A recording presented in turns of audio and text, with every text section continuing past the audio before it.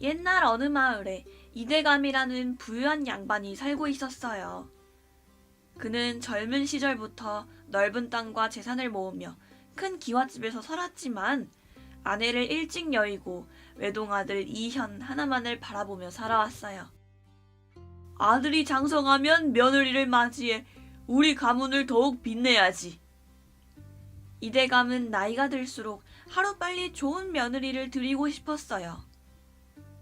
그러던 어느 날 그의 아들 이현이 한 여인을 데리고 왔어요.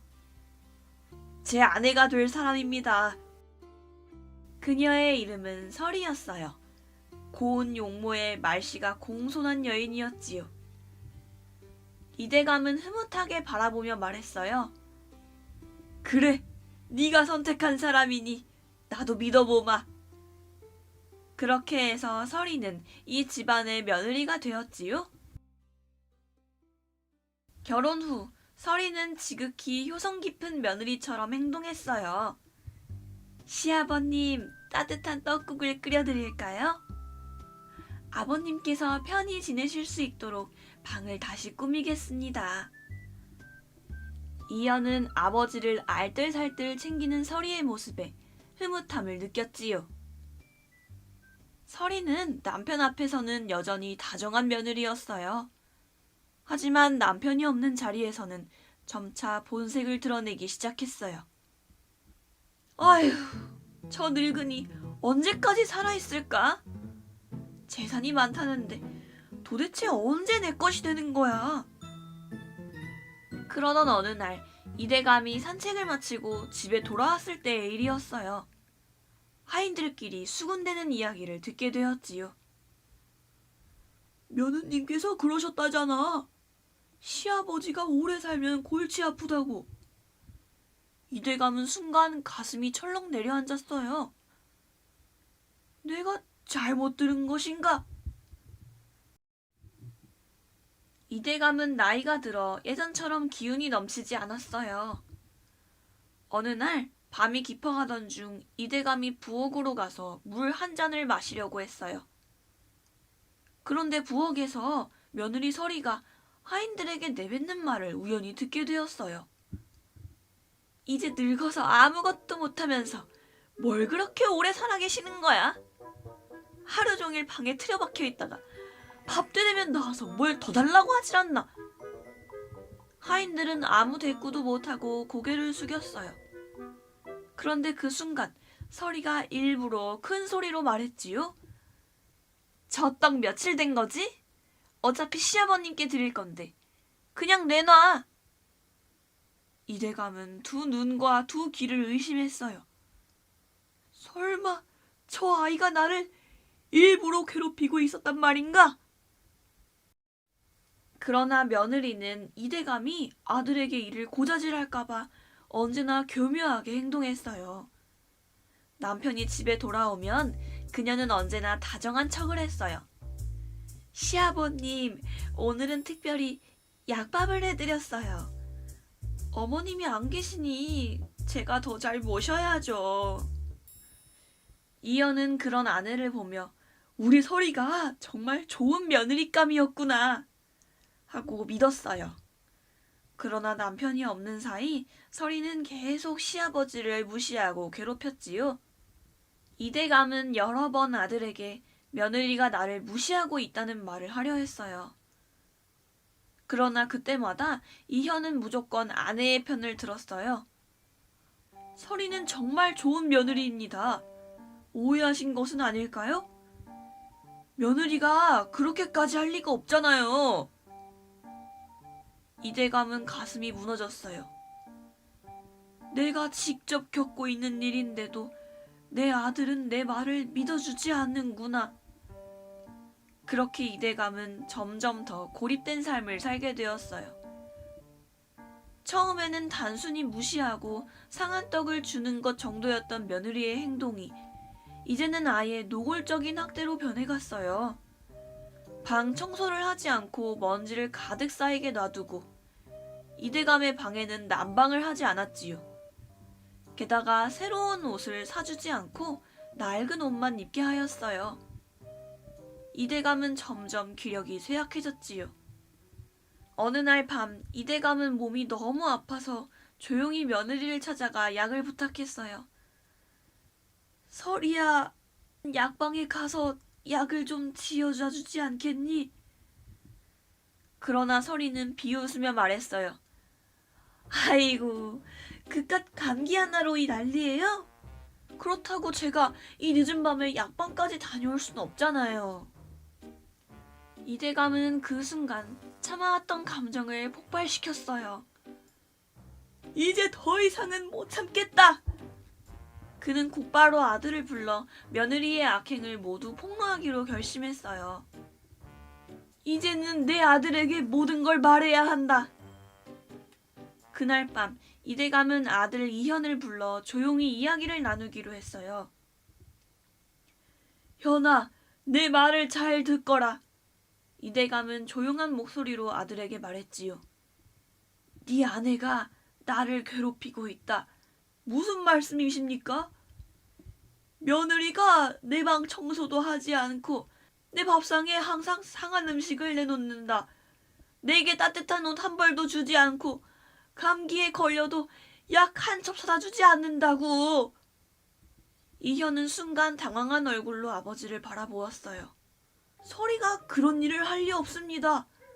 그 아이는 항상 저에게 아버님을 얼마나 모시고 싶어 하는지 이야기합니다.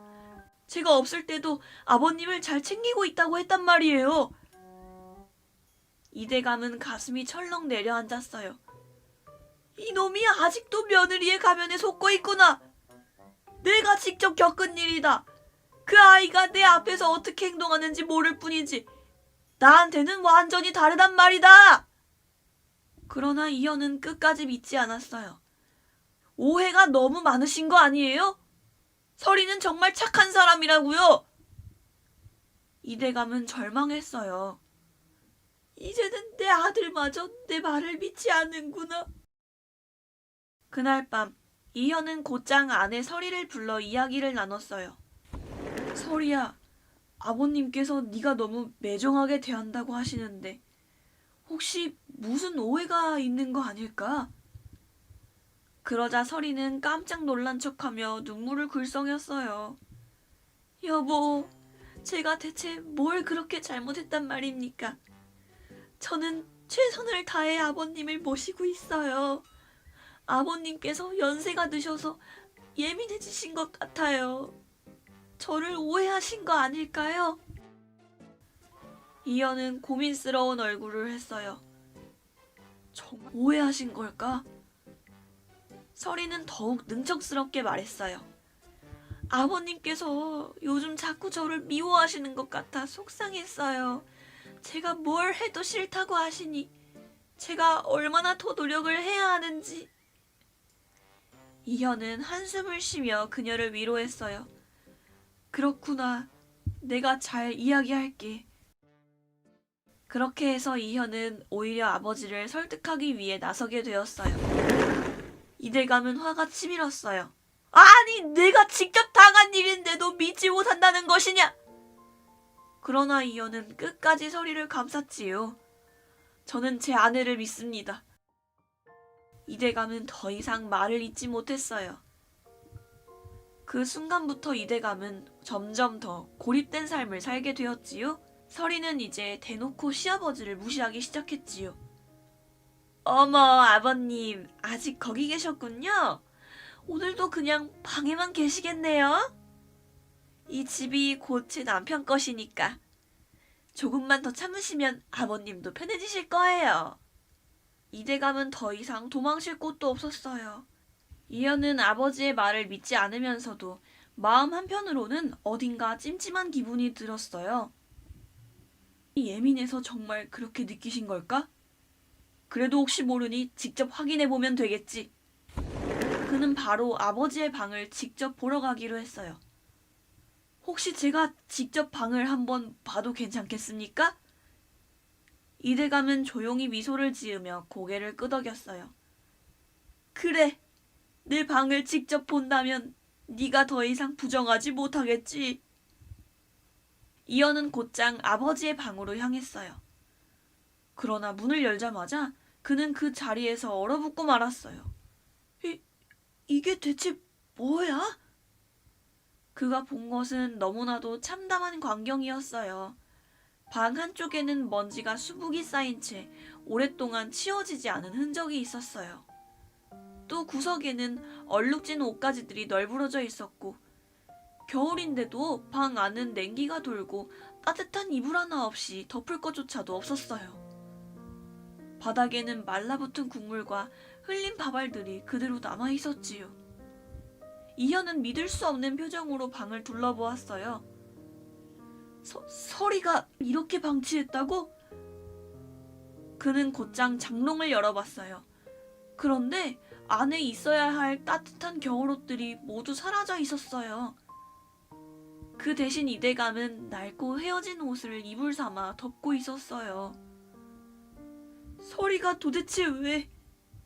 이현은 이제야 아버지가 한 말이 거짓이 아니라는 걸 깨닫기 시작했어요. 이현은 곧장 아내를 불렀어요. 서리야, 아버님 방을 네가 챙긴다고 했지? 서리는 언제나처럼 능청스럽게 미소를 지었어요. 그럼요, 여보.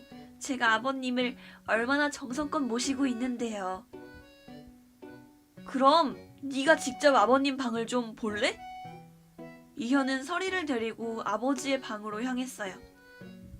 문이 열리자 서리는 그제야 순간 당황한 표정을 지었어요. 그러나 곧 재빠르게 태연한 척하며 말했어요. 어머, 이게 뭐죠? 제가 분명히 며칠 전에 정리했었는데. 이현은 싸늘한 얼굴로 그녀를 바라보았어요. 서리야, 이제 거짓말 하지 마. 여보, 저도 몰랐어요. 하인들이 제대로 하지 않은 것 같아요. 그러나 이현은 더 이상 들어주지 않았어요. 이현은 곧장 하인들을 불렀어요. 여봐라! 서리가 아버님께 어떻게 했는지 솔직하게 말해라. 하인들은 처음에는 망설였지만 더 이상 참을 수 없었는지 조심스럽게 입을 열었어요. 아이, 도련님, 사실 며느님께서 저희에게 시키셨습니다. 죽을 죄를 지었습니다. 시아버님 몫의 떡은 일부러 딱딱한 걸 내놓으라고 하셨고 방도 청소하지 말라고 하셨습니다. 이현의 표정은 완전히 굳어졌어요. 괜히 하소연하신 게 아니었구나. 이현은 이제 더 이상 망설이지 않았어요. 그는 단호한 목소리로 선언했어요. 서리, 넌 이제 이 집에서 나가거라. 여보, 제발 한 번만 용서해주세요. 서리는 그제야 무릎을 꿇으며 애원했어요. 제가 순간 욕심이 과했던 것 뿐이에요. 그러나 이현은 더 이상 흔들리지 않았어요. 욕심이 과했던 게 아니라 너는 악독했다. 우리 아버님을 이토록 모질게 대하면서 어떻게 이 집안의 며느리로 있을 수 있겠느냐? 이현은 서둘러 아버지를 찾아가 무릎을 꿇었어요. 이대감은 한숨을 쉬며 말했어요. 네가 이제라도 깨달아 다행이구나. 그리고 단호하게 선언했지요. 이제 저 악독한 며느리를 이 집에서 내쫓겠다. 아버님, 여보, 다시 한번 기회를 주세요. 제가 다시는 그런 짓 하지 않겠습니다. 제가 죽을 죄를 지었습니다. 그러나 이현은 더 이상 속지 않았어요. 네가 지금 하는 말도 모두 거짓이겠지. 이대감도 조용히 한마디를 덧붙였지요. 사람의 본성은 쉽게 변하지 않는단다. 나는 이미 네가 어떤 사람인지 충분히 보았다. 여봐라! 짐을 싸서 오늘 안으로 내쫓거라! 그렇게 해서 서리는 결국 친정으로 쫓겨나게 되었답니다. 한편 서리는 아직 모든 것을 포기하지 않았어요. 서리는 마지막 희망을 안고 친정으로 돌아갔어요. 어머니, 아버지, 저 좀 도와주세요. 그러나 그녀의 부모는 이미 사위 집에서 쫓겨났다는 소식을 들었어요. 너 도대체 무슨 짓을 한 거야? 시아버지를 괴롭혀서 결국 집에서 쫓겨났다고 하더구나. 서리는 눈물을 흘리며 변명했어요. 저는 그저 남편과 더 좋은 삶을 살고 싶었을 뿐이에요. 시아버님이 너무 오래 살아서 재산이 우리에게 오지 않는 게 너무 답답해서 그랬어요. 그러나 그 말을 들은 서리의 부모는 경악했어요. 이 못된 거! 사람이라면 감히 그런 생각을 할 수가 있느냐? 우리 집안에 너 같은 배륜아를 두고 싶지 않다. 더 이상 우리 집에 발을 들이지 마라. 결국 서리는 친정에서도 버림받고 말았어요. 그렇게 그녀는 가진 것 하나 없이 거리로 나앉고 말았어요. 한때 부유한 양반가의 며느리로 살았던 여인이 이제는 먹을 것조차 구하기 힘든 처지가 되어버린 거예요. 서리가 떠난 후 집안에는 다시 평화가 찾아왔어요. 제가 어리석었습니다. 그렇게 고통받고 계신데도 저는 아내의 말만 믿고. 이대감은 천천히 아들을 바라보았어요. 네가 이제라도 깨달았으니 그걸로 충분하다. 하지만 이현은 스스로를 용서하지 못하는 듯 했어요. 그렇게 힘든 시간을 보내셨는데 저는 너무 무지했습니다. 이대감은 조용히 아들의 어깨를 두드렸어요. 가족이라는 것은 서로에게 실수를 할 수도 있는 법이다. 중요한 건 그 실수를 깨닫고 다시 바로잡는 것이지. 그 말을 듣고 이효는 비로소 눈물을 흘리며 아버지를 꼭 안았어요. 앞으로는 절대 외면하지 않겠습니다. 서리가 떠난 후 이현과 이대감은 서로 더욱 가까워졌어요. 이현은 스스로 집안 살림을 챙기며 아버지를 극신히 모시기 시작했어요. 하인들도 다시 예전처럼 충성을 다했어요. 이제야 집안이 다시 따뜻해졌습니다, 대감 어른. 이대감은 조용히 미소를 지으며 생각했어요. 나는 비록 악독한 며느리를 만났지만 그래도 좋은 아들을 둔 것이 얼마나 다행인가. 그는 천천히 차 한 모금을 마시며 조용히 창밖을 바라보았어요. 이제는 더 이상 속상해할 일도 없고 더 이상 괴로울 일도 없었어요. 한편 서리의 악행은 마을에도 소문이 났어요. 사람들은 그녀의 소식을 들으며 수군거렸지요. 그렇게 욕심이 많던 여자가 결국 아무것도 남기지 못했군. 시아버지를 괴롭혀서 재산을 차지하려 했지만 결국 본인만 망했네. 몇 년이 지나도 그녀는 시집을 갈 수가 없었어요. 반면 이대감과 이현은 더욱 화목한 가족이 되어 함께 오랫도록 행복하게 살았지요. 사람들은 이 이야기를 들으며 재산은 탐욕으로 얻는 것이 아니라며 진짜 가치는 정직함과 효도에 있다고 말했답니다.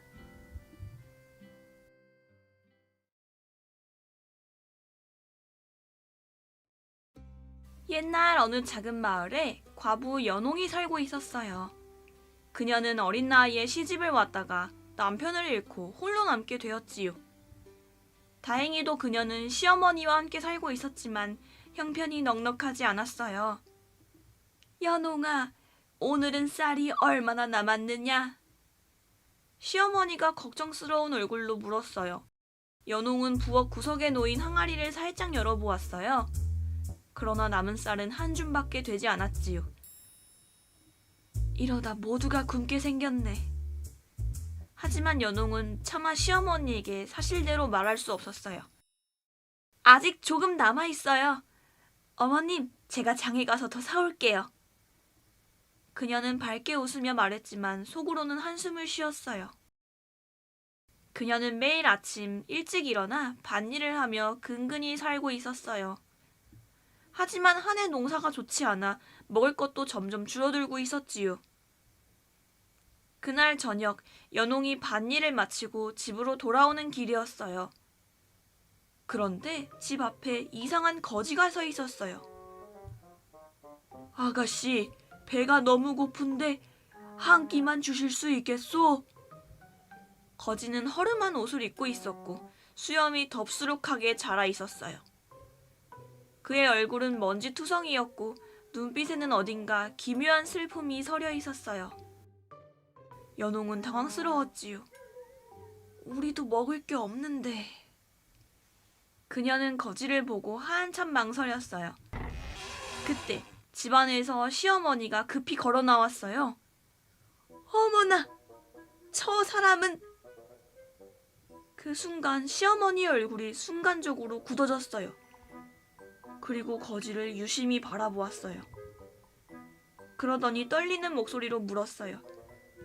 당신 어디서 오셨습니까? 그러자 거지는 작게 한숨을 쉬며 대답했어요. 나는 오래전 이 마을을 떠났던 사람이요. 그 말에 시어머니의 눈이 크게 흔들렸어요. 설마 아니겠지? 연홍은 이 상황이 너무 이상했어요. 어머님은 왜 거지를 보고 저렇게 놀라시는 거지? 그녀는 거지와 시어머니를 번갈아 바라보았어요. 시어머니는 곧 침착한 목소리로 말했어요. 아무튼 이렇게 굶주린 사람을 그냥 보낼 수는 없지. 어서 들어오시오. 그렇게 해서 거지는 연홍의 집에 들어오게 되었어요. 시어머니는 부엌에서 남은 쌀을 털어 죽을 끓였어요. 작은 그릇에 담긴 죽을 거지에게 건네주었지요. 이거라도 드시지요. 거지는 조용히 고개를 끄덕이고 천천히 죽을 떠먹기 시작했어요. 그런데 그는 숟가락을 몇 번 뜨다가 갑자기 눈물을 흘리기 시작했어요. 이 맛은... 이 맛은... 그는 손등으로 눈물을 훔쳤어요. 연홍과 시어머니는 깜짝 놀랐지요. 왜 그러십니까? 그러자 거지는 작은 목소리로 중얼거렸어요. 이 죽, 어릴 때 어머니가 해주던 것과 같은 맛이구려. 그 말을 들은 순간 시어머니의 손이 작게 떨렸어요. 그러더니 시어머니는 거지의 얼굴을 뚫어지게 쳐다보았어요. 연홍은 이 상황이 너무 이상했어요. 저 거지는 대체 누구지? 어머님은 왜 거지를 보고 놀라신 걸까? 연홍은 쉽게 잠들 수 없었어요. 거지가 집에 들어온 이후로 어머니의 표정이 심상치 않았기 때문이에요. 어머님은 분명히 저 거지를 보고 깜짝 놀라셨지. 연홍은 밤새 뒤척이며 고민했어요. 그리고 이상한 점이 하나 떠올랐어요. 거지가 죽을 먹으면서 눈물을 흘린 것도 이상했어. 마치 옛날에 먹어본 맛이라도 된다는 듯이. 그녀는 왠지 모르게 불안한 예감이 들었어요. 혹시 어머니를 해치려고 온 사람인가? 하지만 그날 밤에는 연홍의 걱정과는 달리 아무 일도 일어나지 않았어요. 이튿날 새벽, 연홍은 이상한 소리에 잠이 깼어요. 이게 무슨 소리지? 이 새벽부터 마당을 걸을 사람이 아무도 없는데.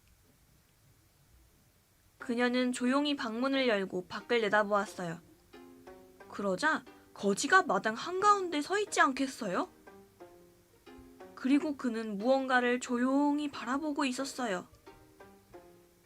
연홍은 조용히 다가가며 속삭였어요. 이보세요. 왜 여기 서 계세요? 거지는 천천히 돌아보며 희미한 미소를 지었어요. 이 집은 아직도 그대로구려. 그 말에 연홍의 가슴이 철렁 내려앉았어요. 이 집을 예전에 알고 있었다는 뜻인가? 그녀는 순간 거리가 좁혀지는 걸 느끼고 자신도 모르게 한 발짝 물러섰어요. 그때 시어머니가 문을 열고 나왔지요. 당신 이 집을 알고 있었지요? 거지는 고개를 천천히 끄덕였어요. 그렇소. 나는 오래전 이 집에 살았던 사람이요. 그 말을 들은 순간 시어머니는 손을 덜덜 떨기 시작했어요. 그럴 리가 없는데. 그럴 리가 없는데. 연홍은 심장이 쿵쾅 뛰기 시작했어요. 정말로 어머님을 해치려고 온 사람인가? 이 거지는 대체 누구지? 그녀는 시어머니를 바라보며 대답을 기다렸어요. 그리고 시어머니는 거지를 향해 떨리는 목소리로 물었어요. 혹시 너 정영래 아들이냐? 모든 것이 멈춘 듯 했어요. 연홍은 믿을 수 없다는 표정으로 거지를 바라보았지요. 아들이라니요? 설마 그럴 리가 없잖아요. 시어머니는 거지를 향해 조심스럽게 다가갔어요. 너 내 아들 동주가 맞느냐? 거지는 조용히 고개를 끄덕였어요. 네, 어머니. 저는 동주입니다. 그 순간 시어머니의 두 눈에서 굵은 눈물이 떨어졌어요. 정말 너란 말이냐? 그녀는 거지의 얼굴을 손으로 감싸며 울기 시작했지요. 아이고 내 새끼. 아이고 내 새끼. 내가 널 얼마나 찾았는데 정녕 살아있었단 말이냐? 그 광경을 본 연홍은 그 자리에서 얼어붙고 말았어요. 저 거지가 정말 시아버님의 아들이라고? 오래전 시어머니와 시아버지에게는 두 아들이 있었어요. 큰 아들은 가업을 잇고 작은 아들 동주는 젊은 나이에 떠돌이 장사를 하러 떠났어요. 그러나 어느 날 그는 소식이 끊겼지요. 사람들이 그러더구나. 동주가 길에서 도적을 만나 죽었다고. 그 말을 들었던 시어머니는 하루하루를 눈물로 보내야 했지요. 그러나 실상은 동주가 죽지 않았던 거였어요. 저는 도적대에게 잡혔다가 도망쳤어요. 그러나 가진 것이 없었기에 그저 떠돌면서 살았습니다. 그리고 이제야 돌아올 수 있었어요. 그 말을 듣는 순간 연홍은 할 말을 잃었어요. 그럼 시어머니의 아들이 진짜 살아있었던 거야? 그녀는 너무도 기묘한 기분이 들었어요. 한때 낯선 거지라고만 생각했던 남자가 사실은 가족이었다니요. 시어머니는 동주의 손을 꼭 잡았어요. 내 새끼야, 이제는 다시 떠나지 말거라. 동주는 살며시 웃으며 고개를 끄덕였어요. 네, 알겠습니다, 어머니. 그러나 연홍은 여전히 마음이 복잡했어요. 이제 이 사람을 우리 집에서 받아들여야 하는 걸까? 그동안 거지라고 생각했는데 아들이라니. 하지만 아들이라고 해서 완전히 믿을 수 있는 사람인 걸까? 연홍이 느끼기에 동주는 여전히 낯선 사람이었어요. 아무리 시어머니, 시아버지의 아들이라고 하더라도 수십 년 동안 동주가 어디서 무엇을 했는지 아무도 모르는 일이기 때문이었지요. 그녀는 왠지 모르게 앞으로의 일이 걱정되기 시작했어요. 며칠이 지나면서 동주는 완전히 다른 사람이 되어갔어요. 더러웠던 거지옷 대신 새 옷을 입고 머리도 단정하게 깎았어요. 그리고 시어머니를 극진히 잘 모셨지요. 밭일도 거들면서 가족을 위해 노력하는 모습이었어요. 연홍은 그런 동주를 지켜보면서 조금씩 경계심을 풀기 시작했어요. 그러나 그녀는 완전히 마음을 놓을 수는 없었어요. 아무리 시어머님의 아들이었다 해도 나는 이 사람을 완전히 믿을 수 없어. 그리고 그녀의 불안은 현실이 되기 시작했지요. 동주가 돌아왔다는 소문은 마을 전체로 퍼졌어요. 그 집 잃어버린 아들이 돌아왔다던데? 그럼 집안의 재산은 어찌 되는 거야? 남편을 일찍 잃은 과부가 갖는 게 맞는 거 아니야? 여태 그리 지극정성으로 시어머니를 돌봤는데 말이야. 아니죠. 그래도 아들이잖아요. 아들이 갖는 게 맞지. 그 집은 원래 가난하잖아.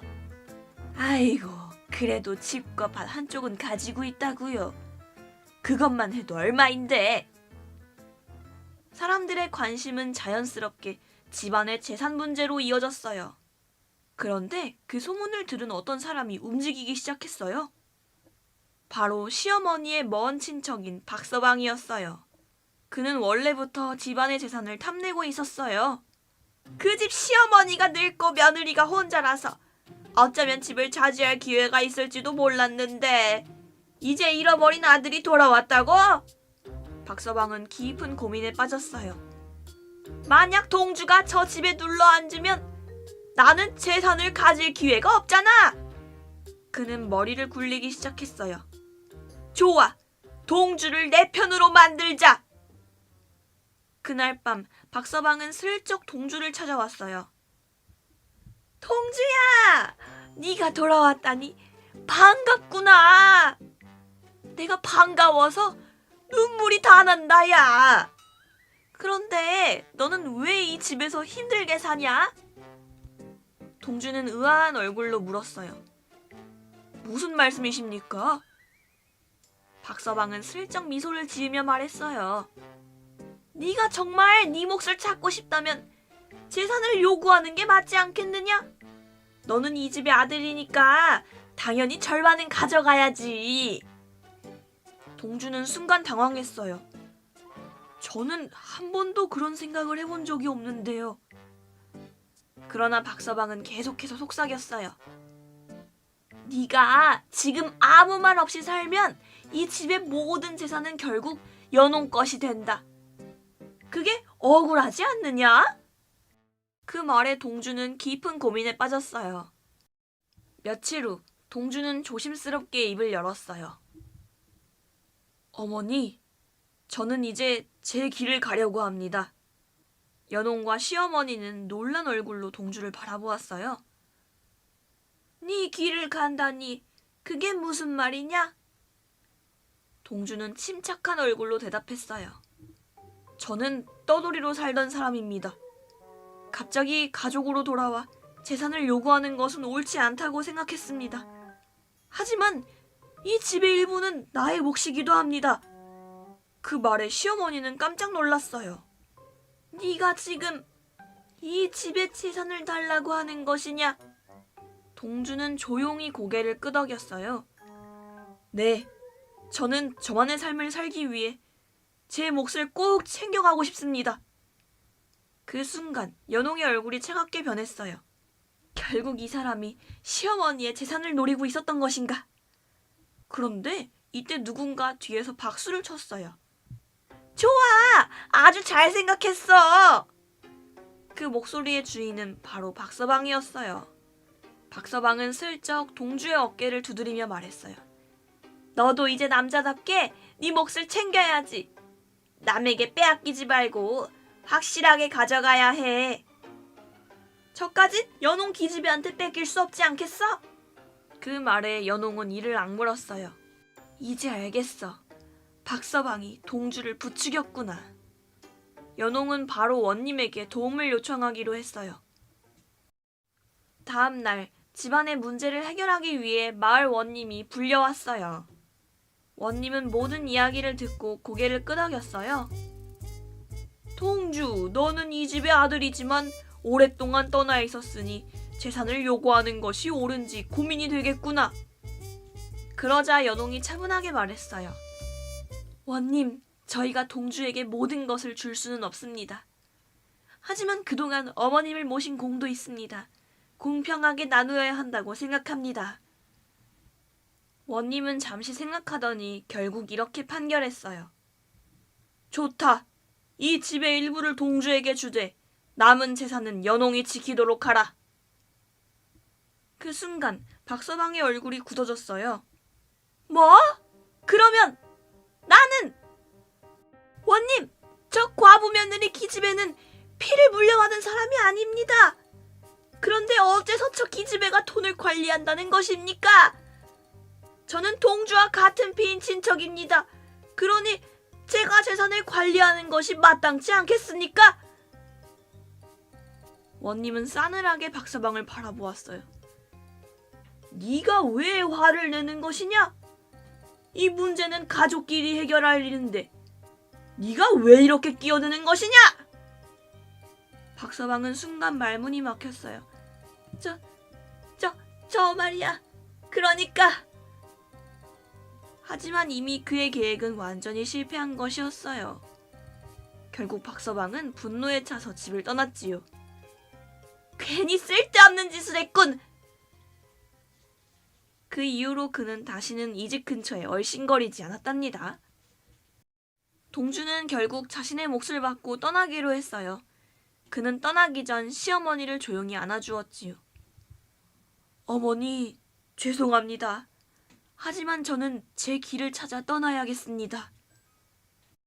시어머니는 눈물을 흘리며 아들을 배웅했어요. 그래도 다시는 떠돌이로 살지 말거라. 언제든지 힘들 때 돌아와도 좋단다. 동주는 조용히 고개를 끄덕였어요. 어머니, 그동안 저를 기다려주셔서 감사합니다.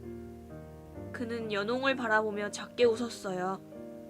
연홍아, 너는 강한 사람이구나. 어머니를 모시며 힘들었을 텐데 끝까지 잘 견뎌줘서 고맙다. 연홍은 잠시 망설이다가 차분하게 대답했어요. 새로운 길에서 부디 잘 사세요. 그렇게 해서 동주는 집을 떠났답니다. 동주가 떠난 후 집은 다시 평소처럼 조용해졌어요. 이제 연홍과 시어머니 단 둘이 남게 되었지요. 연홍은 오랜만에 편안한 마음을 느꼈어요. 이제 다시 원래대로 돌아온 거야. 하지만 예전과는 조금 달라진 점이 있었어요.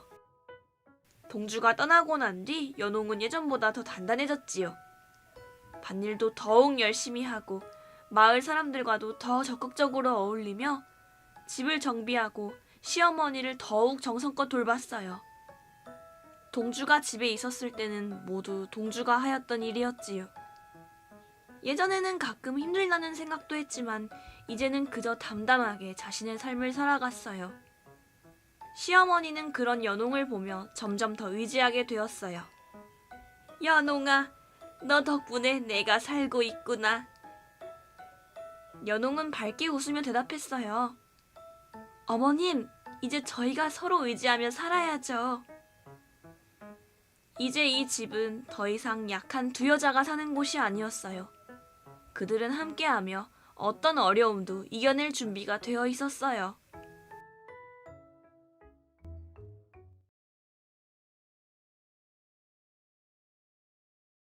옛날 어느 마을에 한 부자가 살고 있었어요. 그는 아내를 일찍 여의고 3명의 딸을 홀로 키우며 살았지요. 그의 이름은 최만석이었어요. 최만석은 넓은 논과 밭을 가지고 있었고 마을에서 제법 손꼽히는 부자였어요. 그러나 그는 딸들을 극진히 아끼면서도 자신의 재산을 소중히 여기는 사람이었어요. 그러던 어느 날 최만석은 마을 길을 걷다가 길가에 버려진 갓난아이 하나를 발견했어요. 그 아이는 누군가 버린 듯 헝겊에 쌓인 채 울고 있었지요. 이 아이를 그냥 두면 굶어 죽겠지. 처음에는 그냥 지나치려 했지만 어쩐지 마음이 쓰여 결국 집으로 데려왔어요. 그러나 그는 그 아이를 진정한 자식으로 받아들이지는 않았어요. 내 딸들과 같은 대접을 해줄 순 없어. 이 아이는 그냥 집안일을 도와주는 정도로 키우면 되겠지. 그렇게 해서 그 아이는 길남이라는 이름을 얻었어요. 최만석은 길남이를 딸들과 전혀 다르게 대했어요. 딸들에게는 좋은 옷을 사주었지만 길남이에게는 누더기 옷만 입혔어요. 딸들에게는 맛있는 음식을 주었지만 길남이에게는 남은 밥과 신 김치만 주었어요. 딸들은 서당에서 글을 배웠지만 길남이는 밭일과 집안일만 해야 했어요. 너는 길에서 주워온 아이다. 그러니 주워온 아이답게 일을 열심히 해야지만이 밥을 먹을 수 있을 것이다. 길남이는 어릴 때부터 일꾼처럼 일해야 했어요. 그러나 그는 한 번도 불평하지 않았지요. 아버지 말씀이 맞아.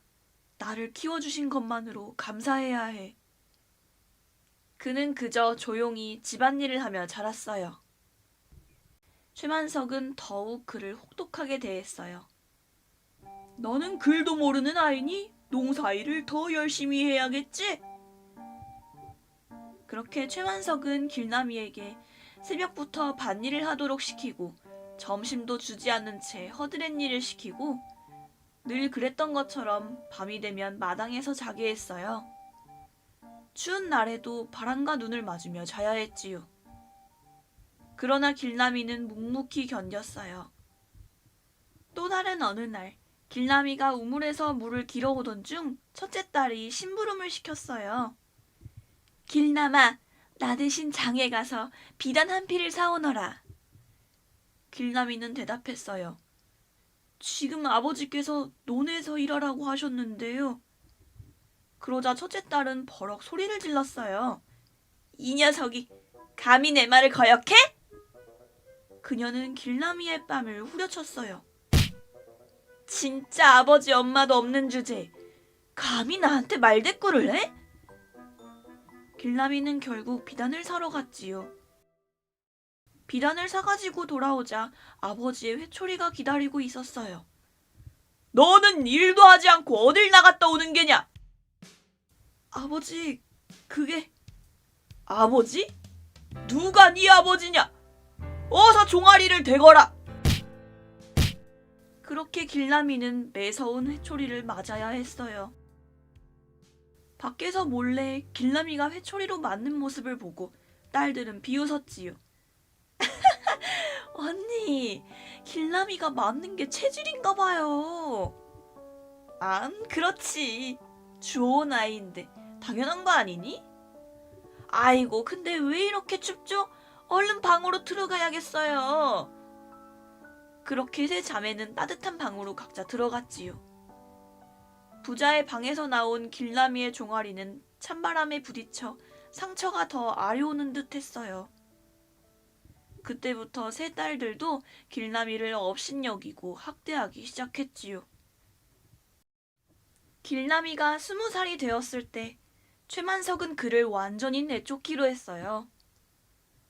이제 이놈도 다 컸으니 더 이상 우리 집에 둘 필요가 없지.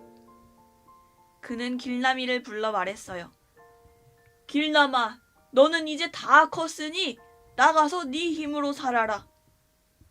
길남이는 놀라며 물었어요. 아버지, 제가 뭘 잘못했나요? 잘못은 없지만 더 이상 너를 키울 이유도 없지. 그는 여태껏 집안일로 고생한 길남이에게 돈 한 푼 주지 않은 채 그냥 길에 내버려 두었어요. 길남이는 눈물을 흘렸어요. 그러나 그는 원망하지 않았지요. 이제 내 삶은 내가 개척해야겠지. 그는 그렇게 그 집을 떠났어요. 길남이를 내쫓은 뒤 최만석은 딸들에게 남은 재산을 어떻게 나눠줄지 고민했어요. 나는 이제 늙었으니 미리 재산을 정해야겠지. 그는 세 딸을 불러 앉혀두고 조용히 말을 꺼냈어요. 이제 내 나이가 많아졌다. 그러니 너희들에게 재산을 나눠주려 한다. 첫째 딸이 기뻐하며 물었어요. 아버지, 저는 첫째니까 저에게 가장 많이 주실 거죠? 그러자 둘째 딸도 지지 않고 말했어요. 무슨 소리예요? 이 집에서 가장 얼굴이 예쁜 건 저예요. 그러니 저에게 재산을 더 많이 주실 거죠? 아버지? 셋째 딸도 이어서 말했어요. 무슨 소리예요? 저는 제일 어리다고요. 그러니 언니들보다 제가 더 많이 받는 게 마땅하다고요. 최만석은 고개를 저었어요. 너희 모두에게 똑같이 나누어 줄 것이다. 큰 논밭은 첫째에게, 장터의 가게는 둘째에게, 집과 마당은 셋째에게 주마. 딸들은 환호성을 질렀어요. 와, 아버지, 감사해요. 이제 저희도 부자가 되는군요. 그러나 최만석이 마지막으로 덧붙인 말에 세 딸의 얼굴이 굳어졌어요. 그리고 나는 이제 너희의 집에서 살겠다. 모든 재산을 너희에게 주었으니 너희가 나를 모시는 게 마땅하지 않겠느냐? 내가 늙었으니 너희가 돌아가면서 나를 모셔라. 순간 세 딸은 서로 눈치를 보기 시작했어요. 그러나 이미 재산을 받았으니 일단은 아버지를 받아들이기로 했지요. 그렇게 해서 최만석은 첫째 딸의 집에서 살게 되었어요. 처음 며칠 동안 첫째 딸은 겉으로는 아버지를 공경하는 척했어요. 아버지, 따뜻한 방을 준비해 놓았습니다. 드시고 싶은 것이 있으면 말씀하세요. 그러나 그것도 처음뿐이었어요. 얼마 지나지 않아 첫째 딸은 노골적으로 아버지를 귀찮아하기 시작했어요. 아버지, 왜 밥을 그렇게 많이 드세요? 아버지, 방 청소는 아버지가 직접 하세요. 아버지, 둘째 집으로 가시는 게 어떠세요? 여긴 너무 좁아서 모시기가 힘들어요. 최만석은 당황했어요. 나는 너희에게 모든 걸 주었는데 너희는 나를 이렇게 대하는구나.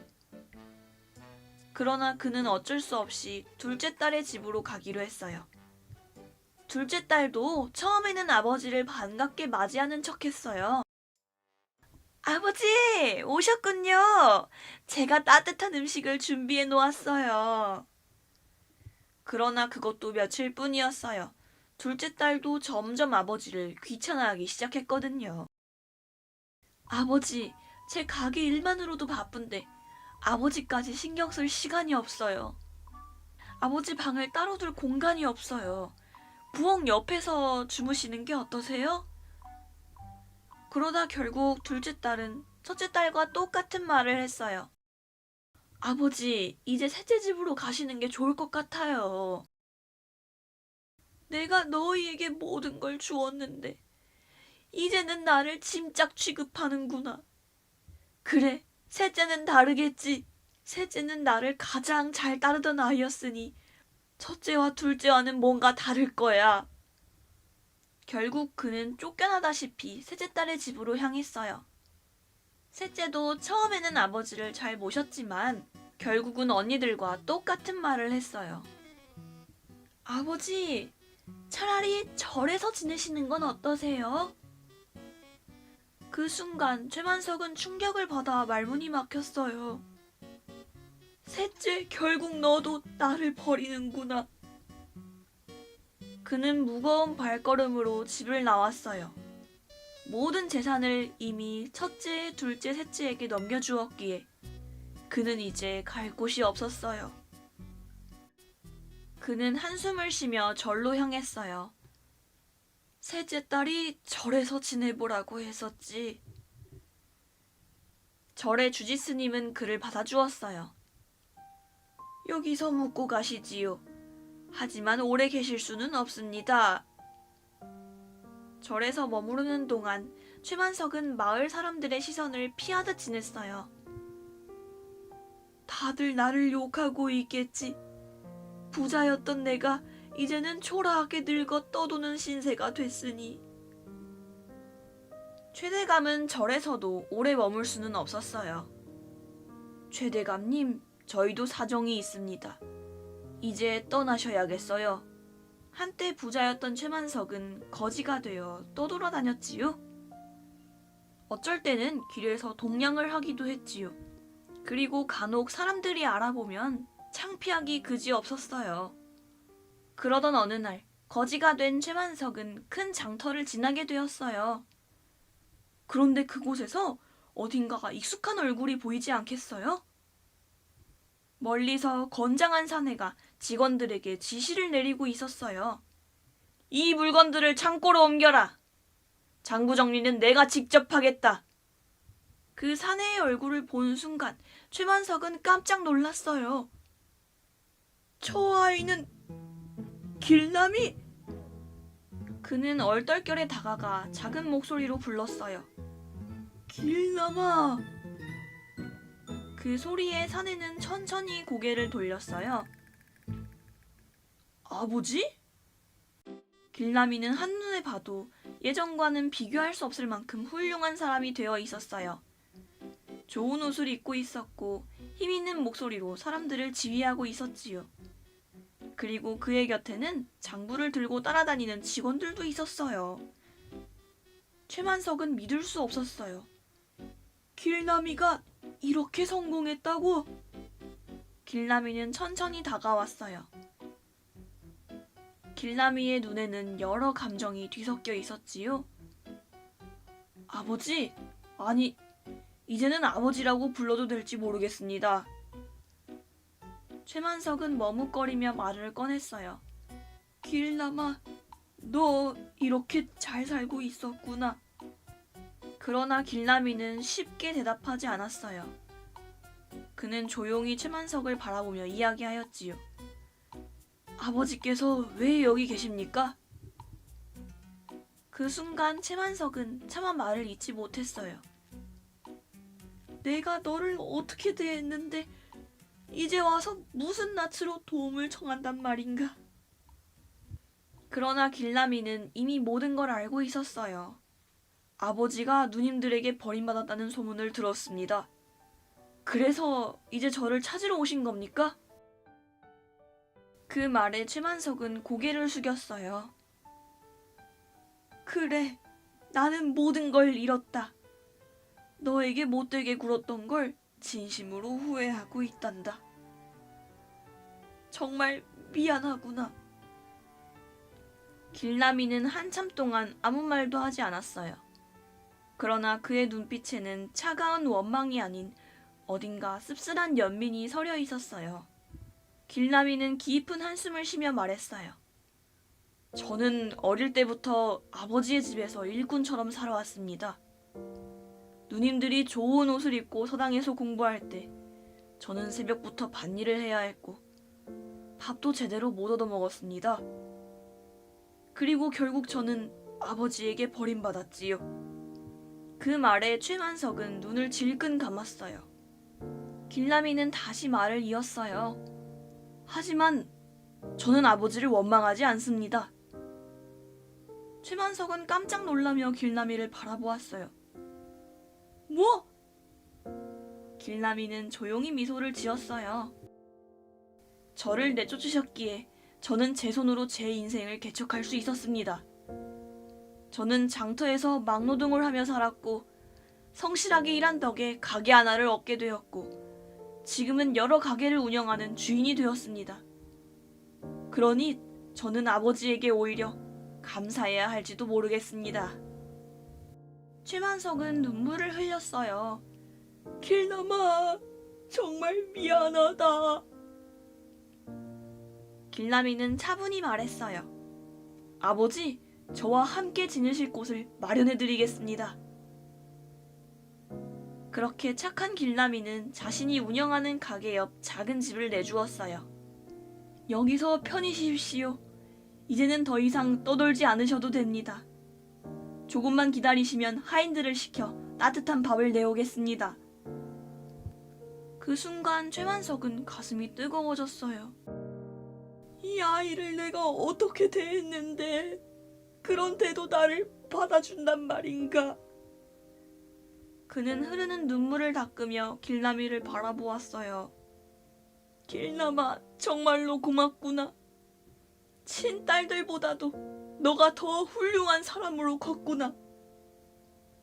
그렇게 해서 최만석은 남은 생을 길라미와 함께 지내게 되었어요. 그는 더 이상 굶주리지 않아도 되었고 돈 걱정도 없었지요. 비록 예전처럼 권력이 있는 사람은 아니게 되었지만 진심으로 자신을 받아주는 단 한 사람 곁에서 마지막으로 평온한 삶을 살게 되었답니다. 한편 마을에서는 재산을 세 딸들에게 물려주었다가 딸에게 버림받은 최부자의 이야기가 가득했어요. 세상에, 최만석이가 딸들에게 유산을 다 주고도 버림받았다지? 거지가 되어서 최만석이가 떠돌아다녔었잖아. 길에서 동냥을 그렇게 하던데.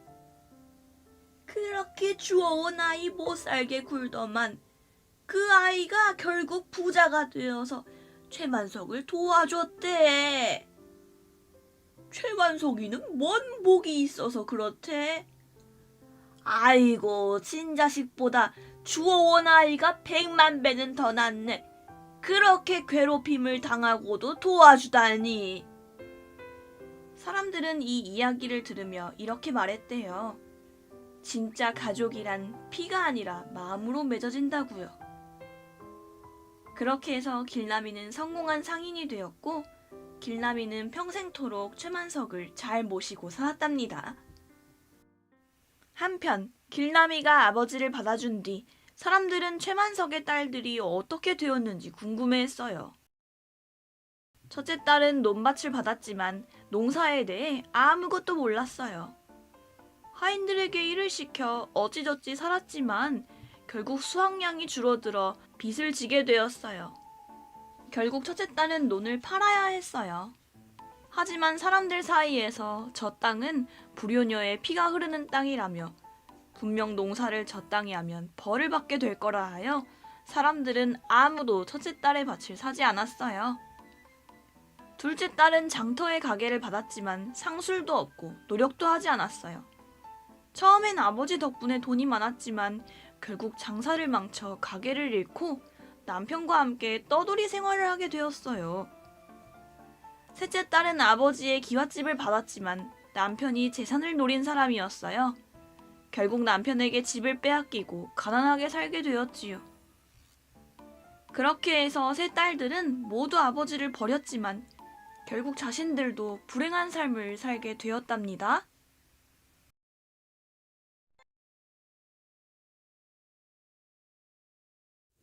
옛날 어느 충청도 산골짜기 마을에 낡은 초가집 하나가 자리 잡고 있었어요.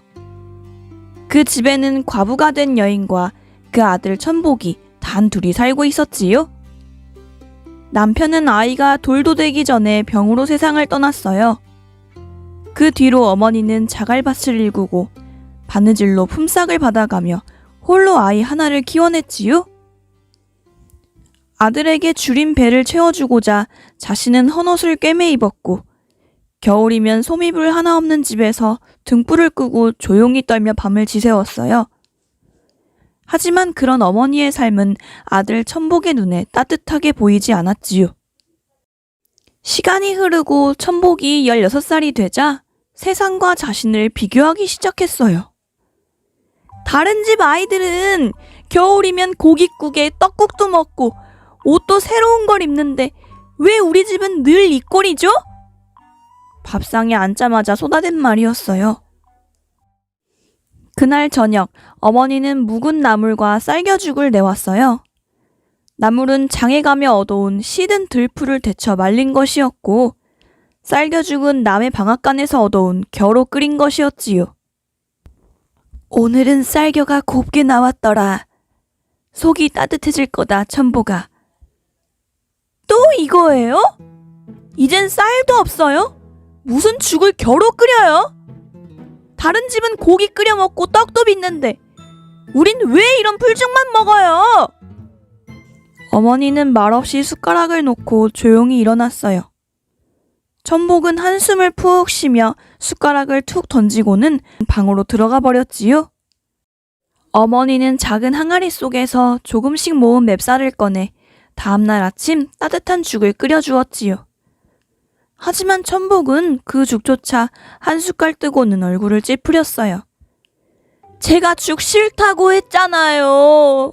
내가 무슨 병자예요? 너가 어젯밤 많이 예민해 보이길래 좀 부드러운 게 좋겠다 싶었지. 그러니까 그게 문제예요. 맨날 이런 식이잖아요. 쓸데없는 걱정 말고 밥이나 제대로 해요. 어머니는 아무 말 없이 천복이 남긴 죽그릇을 정리했지요. 그리고 그날 오후 다 떨어진 신발을 꿰매다 손가락을 찔려 피가 났지만 손수건 하나 없이 소매로 문질렀지요. 마을에 서당이 생겼을 무렵 어머니는 한겨울에도 삭바느질을 해가며 북과 먹을 마련해 천복을 보냈어요. 하지만 천복은 감사함보다 오히려 불만을 품었지요. 이게 뭐예요? 남들 붓은 다 가지런하고 먹도 새까만데 이건 뭐 다 싸남은 거잖아요. 훈장님께 부탁해서 구했단다. 아직 쓸만하다고 하시더구나. 다른 집 애들은 새 걸 사온단 말이에요. 왜 난 늘 이런 거예요?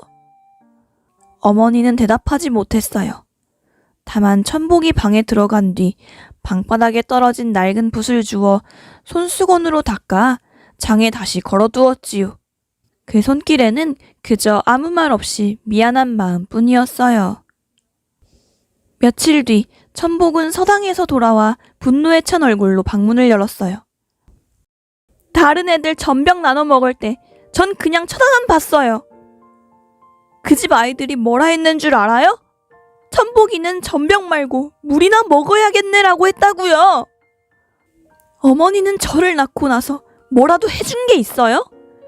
저 하나 제대로 키울 능력도 없으면서 저를 왜 낳았냐고요? 그날 밤 어머니는 쌀겨죽을 끓이지 않았어요. 대신 말없이 묵은 나물을 데치고 아들이 좋아하던 멸치를 구워 상에 올렸지요. 그러나 천복은 그 반찬을 보며 말없이 고개를 돌렸고 숟가락도 들지 않은 채 자리에 눕고 말았어요. 겨울이 깊어갈수록 어머니가 기침하는 날이 많아졌어요. 아이고, 춥다 추워. 이불이 좀 얇아서 그런가? 밤이면 기침 소리가 방 안 가득 퍼졌지만 천복은 시끄럽다는 듯 여전히 귀를 틀어막고 이불을 끌어당긴 채 돌아누웠지요. 어느 날 그녀는 장날을 맞아 겨우 모은 돈으로 천복의 고무신을 새로 사왔어요. 이거 너의 발에 맞을지 모르겠다만 그래도 새 거니 덜 추울 것이다. 한번 신어보거라. 그러나 천복은 그 신발을 보자마자 내던지며 말했어요. 창피해서 못 신겠어요. 장터 바닥에 깔아놓은 싸구려 티가 팍팍 나잖아요. 그 말에 어머니는 고무신을 조용히 다시 신문지에 싸 장롱 안에 넣었어요. 그리고 아무 말도 하지 않았지요. 시간이 흐르고 추운 겨울이 찾아왔어요. 어머니는 뒷산에서 나무를 하다 눈밭에 미끄러져 다리를 다쳤지요. 무릎은 퉁퉁 부어올랐고 기침도 심해졌지만 그녀는 아무에게도 말하지 않았어요. 밤이 되면 서랍 속에서 작은 종이를 꺼내 먹을 갈다 말고 다시 도로 집어넣기를 반복했지요. 아직은 쓸 때가 아니야. 그녀는 스스로 병이 깊다는 걸 알고 있었지만 아직 남겨야 할 말이 많았지요. 그러기에 편지를 쓰는 것도 숨을 고르는 것도 그녀에게는 사치였어요.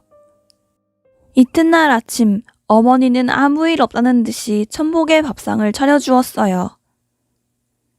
오늘은 고구마를 좀 쪄봤다. 배는 좀 부를 거야. 천복은 고구마를 보고는 코웃음을 쳤어요. 이젠 죽도 아니고 고구마로 끼니를 때우라고요? 제 생각을 조금이라도 하신다면 매일 바깥에 계시면서 일 정도는 하셔야죠. 달랑 고구마라니요? 제 친어머니가 아니신 거죠? 그래서 이렇게 하시는 거죠? 그 말에도 어머니는 그저 웃으며 말했어요. 고구마라도 뜨뜻하면 그걸로 하루를 버틸 수 있단다. 천복은 그 말을 듣는 척도 하지 않고 고개를 돌려버렸어요. 어머니의 따뜻함은 아직 그에게 닿지 않았지요. 그해 겨울 바람은 더욱 매서워졌고 어머니는 장작을 아끼려고 애썼어요. 밤이면 기침이 깊어지고 아침이면 손끝이 파랗게 질렸어요. 허리춤 속에 늘 넣어두었던 버선끈을 조심스레 꺼낸 그녀는 작은 종이와 붓을 꺼내들었어요. 내 이 몸 오래 못 버티겠구나. 등잔불 아래에서 떨리는 손으로 붓을 들었어요. 그녀는 종이에 글씨를 조심스럽게 써내려간 뒤 종이를 접어 보자기에 곱게 싸고 이웃 최노인에게 가서 말했어요. 이걸 제가 사라진 지 꼭 1년 뒤에 천복이에게 전해주세요. 지금은 이 아이가 받아들일 마음이 아니옵니다. 최노인은 조용히 고개를 끄덕였어요. 그날 밤 어머니는 촛불을 끄고 조용히 이불을 덮었어요. 입가엔 미소가 어려 있었고 그렇게 조용히 숨을 거두었답니다. 어머니가 세상을 떠난 그의 겨울은 유난히도 길었어요. 천복은 눈발 속에서 장례를 치른 뒤 말없이 방 안에 앉아 이불자락을 끌어안고 밤을 새우곤 했지요. 그렇게 어머니가 떠나간 후 이듬해 봄이 오고 여름이 지나고 가을이 되어 또다시 눈이 날리는 겨울이 되었어요. 천복은 그동안 마을 품팔이로 하루하루를 보냈어요. 허기진 날이 많았고 외로움을 견디지 못해 장터에 나가 이웃들과 의미 없는 말을 주고받을 때도 있었지요. 그러나 어머니를 향한 원망은 줄어들었어요. 그녀가 없는 세상은 생각보다 더 무거웠고 살아가는 일은 고된 짐처럼 어깨를 짓눌렀지요. 그러던 어느 날 천복이 장터에서 돌아오는 길에 마을 어귀에서 누군가를 마주쳤어요. 등에 집짐을 진 노인이 그를 바라보며 손을 들었지요. 천복이냐? 예, 어르신. 안녕하세요. 오냐, 그래. 이것 좀 받아라. 노인은 품속에서 조심스럽게 봉투 하나를 꺼냈어요. 그 봉투에는 작은 보자기가 함께 묶여 있었지요. 이건... 천복은 봉투를 받아들고 입술을 굳게 다물었어요. 그날 밤 네 어머니가 내게 와서 긴 이야기는 하지 않았다. 다만 네가 스스로 삶을 견뎌볼 시간을 가지게 하고 싶다 하였지. 집에 돌아온 천복은 두 손으로 보자기를 풀었어요. 편지에는 정갈하면서도 삐뚤삐뚤한 글씨가 또박또박 적혀 있었지요. 천복아, 이 편지를 받게 되는 날은 내가 이 세상 사람이 아니겠구나. 천복아, 나는 늘 미안했다. 무엇 하나 넉넉히 해준 적 없는 어미였기에 너의 짜증도 원망도 다 내 탓이라 생각했다. 그러나 기억해주렴. 나는 너를 사랑했단다. 너 하나만을 위해 살아왔단다. 세상은 고되고 험하겠지만 너는 나보다 이제 훨씬 강한 아이일 것이야. 이제는 너의 길을 스스로 걸어야만 한단다. 그 보자기 속 천주머니에는 내가 모아둔 약간의 은전과 쌀가게 사문서가 있단다. 비록 크지 않지만 너의 첫걸음에 보탬이 되길 바란다. 그 안에는 은전 내입과 벼락마을 쌀방앗간에서 쓴 작은 차용증, 그리고 어머니의 바느질을 받아 적은 대장 한 장이 있었어요. 이건... 그는 조용히 그것들을 손으로 쓸어보며 한참을 말없이 앉아 있었어요. 가난한 살림살이였지만 하루 벌어 하루 먹던 그 생활 속에서도 어머니는 무엇인가를 준비하고 있었던 것이었지요. 누구에게도 말하지 않고 불평도 없이 그저 묵묵히 쌓아온 그 세월이 작은 보자기 하나로 전해지고 있었어요. 천복은 무릎을 꿇고 앉아 편지를 조심스럽게 접었어요. 그의 손끝에 어머니의 온기가 남은 듯 편지를 품에 안은 채 가만히 눈을 감았지요. 그가 처음으로 어머니의 존재를 진심으로 받아들이는 순간이었어요. 눈이 사그러든 다음날 아침, 천복은 편지와 함께 받은 사문서를 품에 안고 벼랑 쌀방앗간을 찾아갔어요. 방앗간 주인은 이미 머리가 허옇게 센 노인이었지요. 그는 천복을 알아보자 고개를 끄덕였어요. 아, 네가 바로 천복이구먼. 네 어미가 한 번도 너를 데려온 적은 없었지만 항상 너 얘기를 많이 했지. 천복은 조심스럽게 품에서 문서를 꺼냈어요. 이 문서에 대해 알고 계십니까? 노인은 그것을 받아들고 오래 들여다보더니 한쪽 장부를 꺼내 펼쳤어요. 있지, 분명히 있네. 네 어미가 맡기고 간 40냥, 이곳 창고에 있는 쌀 1말, 그리고 다 네 어미가 모아둔 것이지. 천복은 말문이 막혔어요. 가난한 집안에서 이토록 무엇인가를 남겨두었다는 사실이 그의 가슴을 더 조여왔지요. 그는 떨리는 손으로 쌀 한 자루를 받아 짊어지고 집으로 돌아왔어요. 작은 방 안에 쌀 자루를 내려놓고 그 앞에 무릎을 꿇었지요.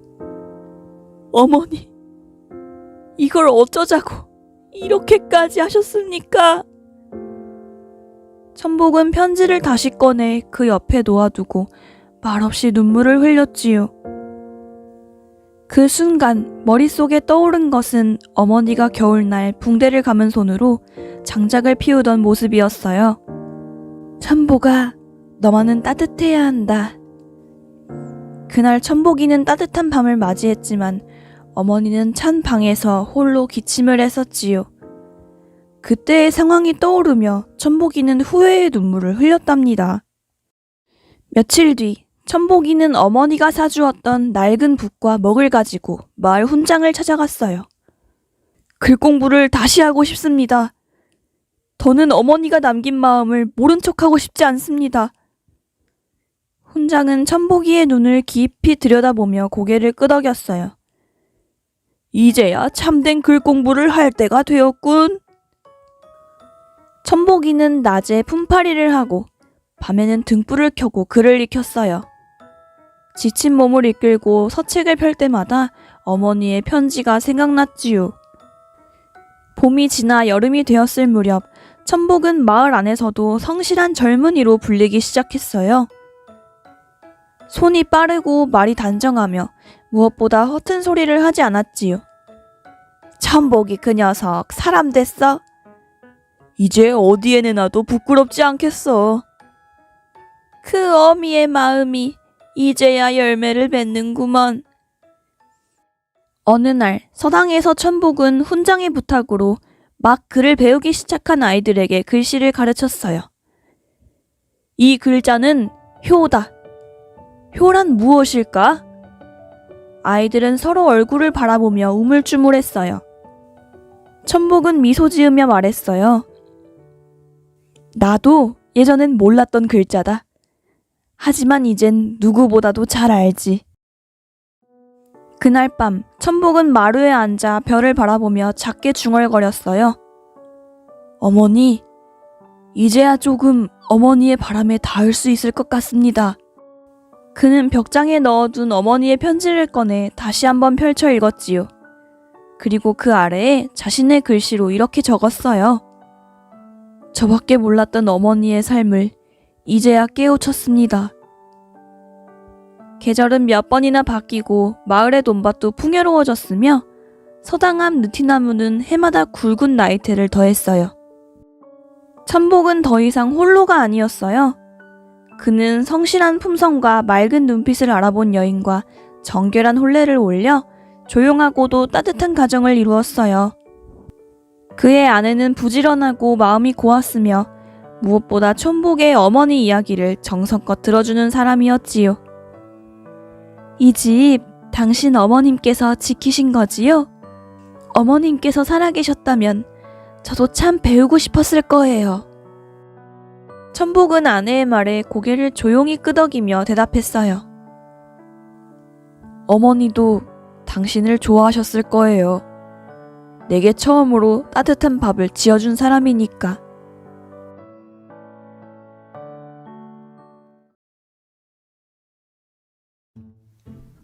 옛날 어느 마을에 부유한 노인 강대감이 살고 있었어요. 강대감은 젊은 시절부터 성실하게 장사를 하며 많은 재산을 모았고 그 덕분에 마을에서 가장 큰 기와집을 가진 부자로 살고 있었어요. 그러나 그는 노년에 이르러 하나의 고민을 안고 있었지요. 돈이 많다고 해서 늘 행복한 것은 아니지.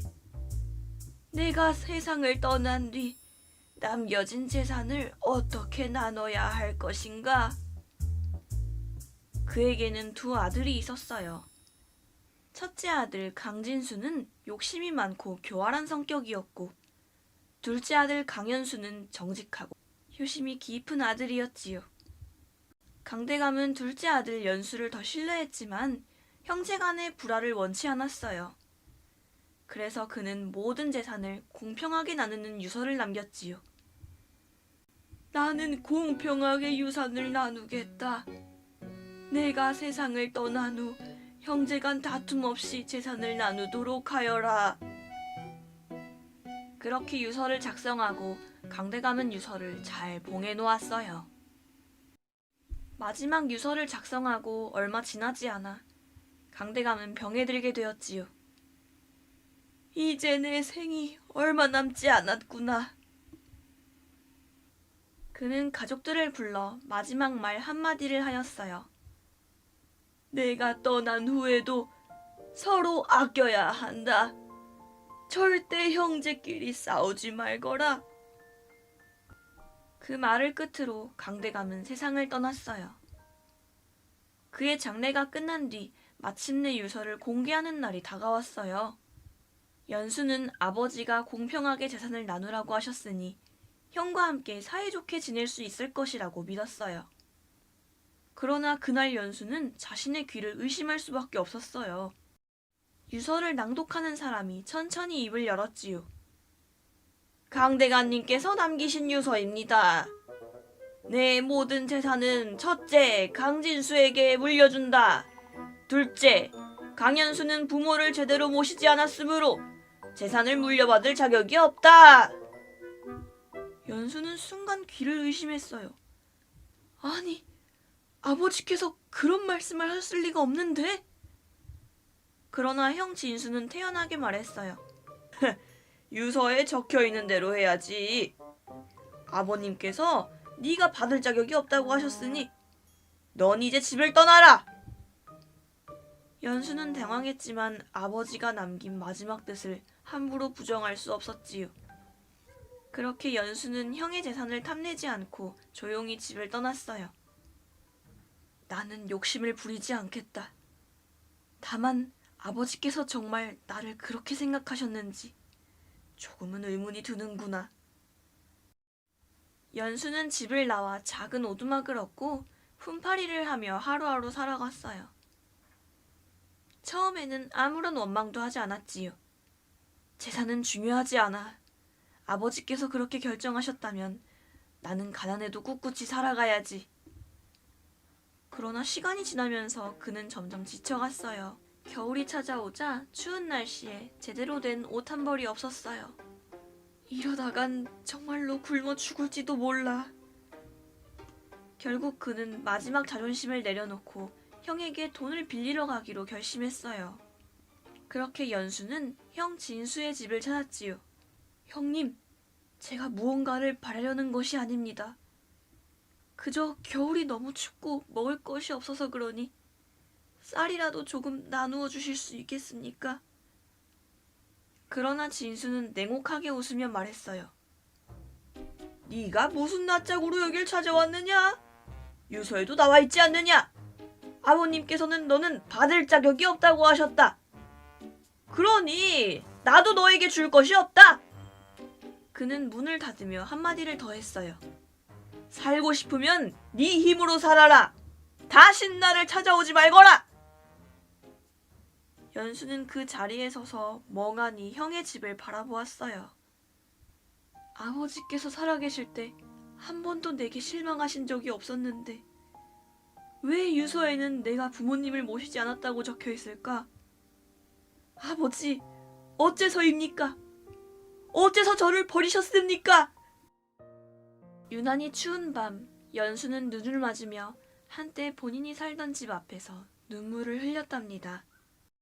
그 무렵 진수는 부자로서의 삶을 마음껏 누리고 있었어요. 이제야 내 집이 제대로 된 것 같구나. 돈이 많으니 이제부터는 내 뜻대로 살아야지. 그러나 그는 점점 더 탐욕스러운 사람이 되어갔어요. 마을 사람들에게 고리대금을 놓고 빚을 못 갚으면 집을 빼앗았어요. 집안의 하인들을 노예처럼 부리며 학대했지요. 그뿐만이 아니었어요. 사람들이 원님에게 탄원서를 올리는 것도 무마하기 위해 뇌물을 바쳤지요. 돈이면 다 되는 세상이지. 원님께 적당히 바치면 나는 어떤 짓을 해도 괜찮을 테니까. 한편 연수는 형의 집에서 내쫓긴 후 하루하루를 힘겹게 버티고 있었어요. 그날 밤이었어요. 연수가 오두막에서 허기진 배를 움켜쥐고 누워있는데 밖에서 누군가 문을 두드렸지요. 누구십니까? 문을 열어보니 그곳에는 집안의 오랜 하인이었던 최노인이 서 있었어요. 이제야 찾아뵙습니다. 연수는 깜짝 놀라며 그를 집 안으로 들였어요. 이 밤에 어찌 여기까지 오셨습니까? 최노인은 떨리는 손으로 연수의 손을 꼭 붙잡았어요. 이제라도 말씀드려야 할 것 같아 찾아왔습니다. 처음부터 고민하고 있었지만 더 이상 가만히 있을 수가 없습니다. 연수는 불안한 눈빛으로 그를 바라보았어요. 무슨 일입니까? 말씀해보세요. 최노인은 한숨을 내쉬며 조심스럽게 입을 열었지요.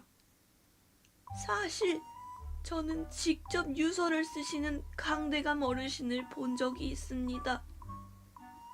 그때 분명히 재산을 반씩 받도록 되어 있었습니다. 연수의 눈이 순간 크게 흔들렸어요. 그렇다면 지금 공개된 유서는 예, 맞습니다. 조작된 것입니다.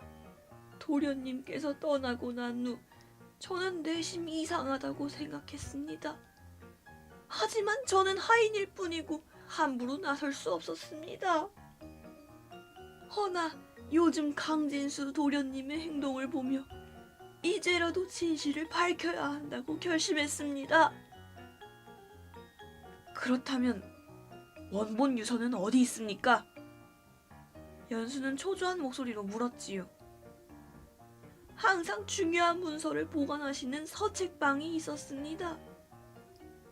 유서도 초안을 작성하신 후 정리해서 최종본을 만들었을 것이옵니다. 그 초안이 서책방에 남아있을 가능성이 큽니다. 그 말을 듣자 연수는 급히 자리에서 일어났어요. 지금 당장 서책방으로 가겠습니다. 그렇게 그들은 밤을 틈타 몰래 서책방으로 향했지요. 서책방에 도착하자 최노인은 주위를 살폈어요. 다행히 아무도 없군요. 연수는 급히 책장을 살펴보았지요. 그러던 순간 그는 책상 구석에서 낡은 종이 뭉치를 발견했어요. 이건! 그는 종이를 조심스럽게 펼쳤지요. 내 재산은 첫째와 둘째가 공평하게 나누어라. 내가 죽고 난 후에 너희가 더 돈독해지기를 바라는 마음에서 이렇게 결정하였으니 둘째는 노여워하지 말거라. 아버지, 저를 버리신 것이 아니었군요. 연수는 손에 원본 유서를 꼭 쥔 채 숨을 헐떡이며 원님이 있는 관아로 향했어요. 이제 진실을 밝힐 수 있어. 이 유서만 있다면 형이 유서를 조작했다는 걸 증명할 수 있을 거야. 그러나 그 순간 연수의 등 뒤에서 험악한 목소리가 들려왔어요. 어딜 그렇게 급히 가십니까? 연수가 돌아보니 진수의 하인 2명이 그를 노려보고 있었어요. 혹시나 해서 기다리고 있었는데 역시나 이러실 줄 알았습니다. 하인들은 서로 눈짓을 주고받고 연수를 향해 천천히 다가왔어요. 좋게 말할 때 내놓으십시오. 이대로 가시면 안 될 텐데요. 연수는 순간 심장이 멎는 것 같았지요. 형이 미리 사람들을 역시 보냈구나. 그는 한 걸음 뒤로 물러서며 주위를 둘러보았어요. 그러나 이 좁은 골목길에서는 도망칠 곳이 없었지요. 이대로 빼앗길 수는 없어. 연수는 유서를 품속에 넣고 재빨리 뛰기 시작했어요. 잡아라! 하인들은 연수를 뒤쫓으며 거칠게 외쳤지요. 골목길을 달리는 동안 연수는 필사적으로 몸을 움직였지만 기어이 하인 한 명이 그의 팔을 붙잡았어요. 이놈! 가만히 있어! 그와 동시에 다른 하인이 연수의 품을 뒤져 유서를 낚아챘지요.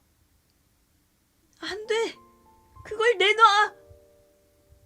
그러나 하인은 유서를 들고 곧장 형 진수에게 달려갔어요. 연수는 바닥에 넘어지며 절망적인 눈으로 멀어지는 유서를 바라보았어요. 안 돼! 안 돼! 이대로 끝이 나는 것인가? 그 시각 진수는 원님 앞에 앉아 있었어요. 강진수, 공식적으로 유산을 상속받기 위한 절차이다. 유서를 다시 가져오거라. 진수는 입가에 미소를 머금으며 가짜 유서를 내밀었지요. 예, 이것이 아버님이 남긴 유서입니다. 원님은 유서를 받아들고 천천히 읽기 시작했지요. 그 순간 문이 벌컥 열리며 연수가 헐레벌떡 뛰어들어왔어요. 원님! 그 유서는 가짜입니다! 연수는 숨을 헐떡이며 진수를 노려보았어요. 형님, 당신은 결국 유서를 조작한 것입니까? 원님은 깊은 눈빛으로 진수를 바라보았어요. 강진수, 이 유서가 정말로 원본이 맞느냐? 진수는 태연한 척하며 고개를 끄덕였어요. 예, 원님. 이 유서는 분명 아버님께서 남기신 것입니다. 그러니 쓸데없는 소리를 하는 자는 형벌을 내려야 할 것입니다. 그 말에 연수는 이를 악물었어요. 증거만 있다면 형이 거짓말을 하고 있다는 걸 증명할 수 있을 텐데. 그때였어요. 문이 다시 열리며 낡은 옷을 걸친 한 노인이 천천히 안으로 들어왔지요. 최 노인? 연수는 깜짝 놀랐고 진수의 얼굴이 굳어졌어요. 원님, 이 사람은 우리 집안에서 오랫동안 섬겼던 하인입니다. 그런데 어찌 여기에 온 것이요? 최 노인은 고개를 들고 진수를 똑바로 바라보았어요. 강진수 도련님, 도련님이야말로 이 자리에서 떳떳하실 수 있습니까? 진수의 입가에 조금씩 당황한 기색이 떠올랐어요. 무슨 소리를 하는 것이냐? 그것은 당연히 하인들을 시켜 빼앗아 왔거늘. 설마! 진수는 더 이상 말을 잇지 못했어요. 최 노인은 자신이 품고 있던 작은 종이를 꺼냈지요. 이것이 바로 강대감께서 쓰신 유서 초안입니다. 원님은 그 유서를 받아들고 자세히 살펴보았어요. 그리고 그의 눈빛이 서늘하게 변했지요. 오, 이 글씨체는 강대감의 글씨가 분명하군. 그렇다면 이전에 제출된 유서는 가짜였단 말인가? 진수는 순간 얼굴이 창백해졌어요. 원님, 그건 단순한 초안일 뿐이옵니다. 최종 유서는 제가 가지고 있는 것이 맞습니다. 그러나 원님은 단호하게 고개를 저었어요. 하지만 내가 받은 유서는 강대감의 필체와 다르다. 원님은 잠시 사라지더니 무언가를 들고 나왔지요. 강대감이 예전에 땅을 살 때의 글씨체다. 비교해보면 충분히 진 여부를 알 수 있겠지. 어떠냐? 직접 내 비교라도 해볼까? 진수는 말문이 막혔어요. 그게... 진수는 더 이상 변명을 하지 못했지요. 너는 유서를 조작한 죄를 인정해야 한다! 형님, 결국 탐욕에 눈이 멀어 저를 속이고 아버지의 유언까지 바꾼 겁니까? 연수는 고개를 떨구며 슬픈 눈빛으로 물었지요. 그러나 진수는 분노에 찬 목소리로 외쳤지요. 나는 장남이야! 나는 항상 네 위에 있어야 했어. 그런데 아버지가 우리에게 공평하게 나누라잖아. 말이 된다고 생각하느냐? 나는 받아들일 수가 없다. 말도 안 돼. 내가 이렇게까지 했는데 모든 걸 빼앗기게 생겼구나. 원님은 천천히 부채를 잡으며 말을 이었어요. 강진수, 네 죄는 너무나도 크다. 첫째, 아버지의 유언을 조작하여 하나뿐인 동생을 속였다. 둘째, 부당하게 재산을 차지하고 마을 사람들에게 횡포를 부렸다. 셋째, 이 일을 숨기기 위해 하인들과 결탁하여 동생을 내쫓았다. 그는 판결을 내리기 위해 천천히 결론을 내렸지요. 우선 유서의 내용대로 강대감 소유의 재산 절반은 강현수에게로 갈 것이다. 또한 강진수에게는 모든 재산을 몰수하고 마을을 떠날 것을 명한다. 원님의 판결이 내려지자 관아 안은 순간 정적이 흘렀어요. 진수는 믿을 수 없다는 듯 바닥에 주저앉았지요. 아니, 이럴 수가 없어. 그는 원님을 향해 간절하게 외쳤지요. 원님, 한 번만 다시 생각해 주십시오. 이건 단순한 실수였습니다. 제가 동생을 속이려 한 것이 아니라 유서를 정리하는 과정에서 오해가 있었던 것입니다. 그러나 원님은 차갑게 고개를 저었지요. 이제 와서 변명을 한들 무슨 소용이 있느냐? 네가 유서를 조작한 것은 이미 명백히 밝혀졌다. 원님은 깊은 한숨을 내쉬며 말했어요. 이제부터 너는 이 마을에서 모든 재산을 몰수당하고 쫓겨나게 될 것이다. 아니야. 이건 내 재산이야. 이 모든 것은 원래부터 내 것이었다고. 그러나 그를 동정하는 사람은 아무도 없었지요. 그는 이제 기와집도 화려한 옷도 부하들도 모두 잃고 홀로 떠돌아야 하는 신세가 되었답니다. 진수는 마을에서 쫓겨나고서도 돈을 구걸하러 마을 사람들에게 찾아오기도 했어요. 저 좀 도와주십시오. 저자가 예전엔 우리를 괴롭히더니 이제는 도와달라고 하네. 벌을 받아 마땅하지. 한 푼이라도 줄 줄 알았어. 진수는 굴욕적인 기분으로 동냥을 하며 떠돌아다녔어요. 한때 모두가 떠받들던 부자였지만 이제는 거지보다도 못한 신세가 된 것이었지요. 한편 연수는 원님의 허락 아래 집안의 새로운 주인이 되었어요. 그는 아버지가 남긴 재산을 다시 정리하며 형과는 전혀 다른 방식으로 살아가기로 결심했어요. 아버지께서 원하셨던 것은 형제간의 다툼이 아니라 화목한 가문이었을 텐데 이제라도 아버지의 뜻을 올바르게 이어가야겠다.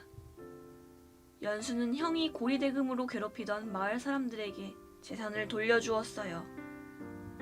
이제부터는 더 이상 착취가 아닌 정당한 방식으로 살 것입니다. 그는 마을을 위해 곡식을 나누고 강대감이 늘 하던 것처럼 가난한 사람들을 도왔어요. 마을 사람들은 연수의 선행을 보며 감탄했지요. 역시 강연수야말로 강대감님의 아드님답다. 이제 마을이 다시 평화로워질 것이에요. 그의 이름은 곧 마을 사람들에게 존경받는 이름이 되었어요. 몇 년 후 연수는 결혼을 하고 자신의 가정을 꾸렸어요. 그는 아버지의 뜻을 이어받아 가족을 소중히 여기며 공정하고 정직하게 살아갔어요. 그의 집안은 다시 번성했고 마을 사람들과도 화목하게 지냈지요. 그러나 진수의 소식은 아무도 알지 못했어요.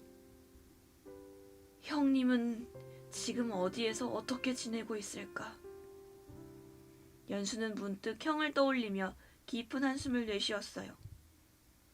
연수는 형도 언젠가는 자신의 잘못을 뉘우치고 바른 길을 찾기를 바랬지요. 그렇게 연수는 재산도 물려받고 선행을 아끼지 않고 가족과 평화롭고 행복하게 잘 살았답니다.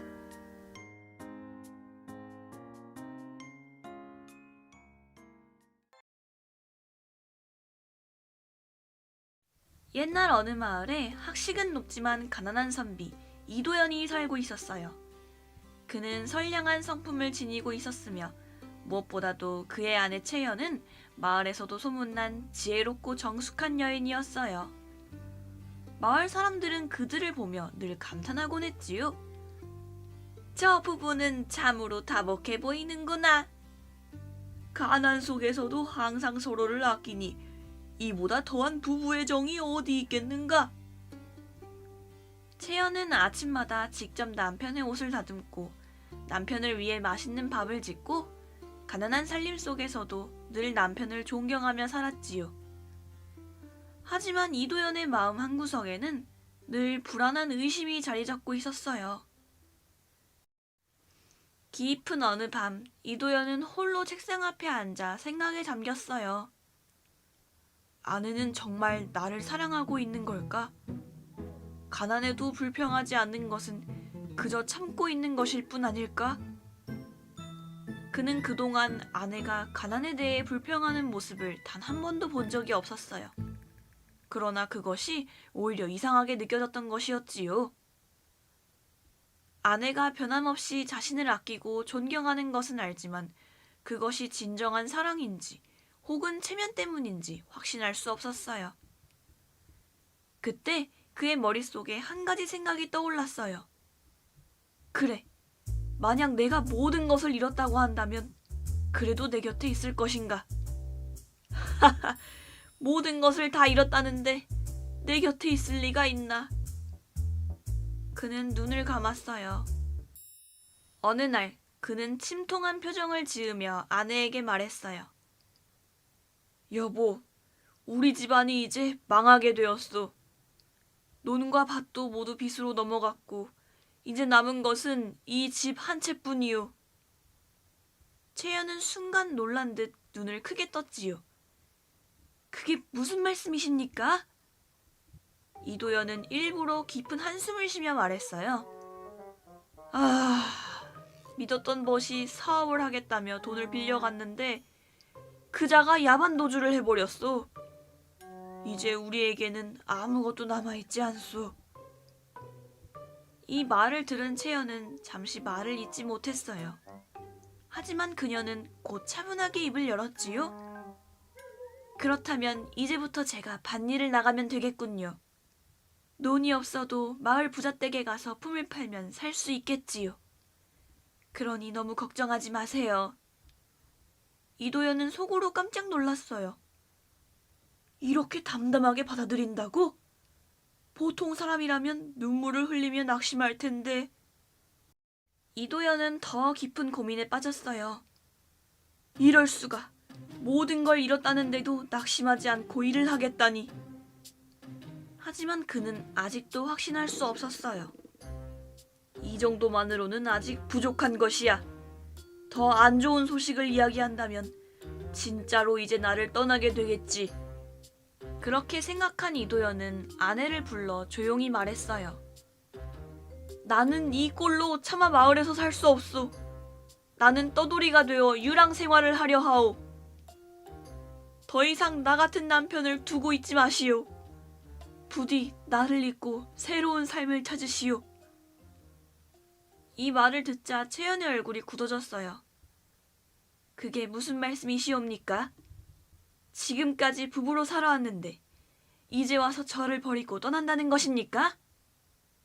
당신이 떠난다면 저도 함께 하겠습니다. 이도연은 속으로 당황했어요. 이러면 내가 떠나봐야 의미가 없잖아. 그러나 그는 끝까지 자신의 계략을 밀고 나갔어요. 나는 정말로 떠날 것이요. 당신이 나를 따라온다면 평생 고생만 하게 될 것이요. 채연은 한참 동안 그를 바라보았어요. 그러나 그녀는 한마디도 대꾸하지 않았지요. 다음 날이 되었어요. 이도연은 허름한 옷을 걸치고 떠날 준비를 했지요. 그러나 그가 문을 나서려는 순간 채연이 조용히 다가와 손에 작은 주머니를 쥐어주었어요. 이것을 가져가십시오.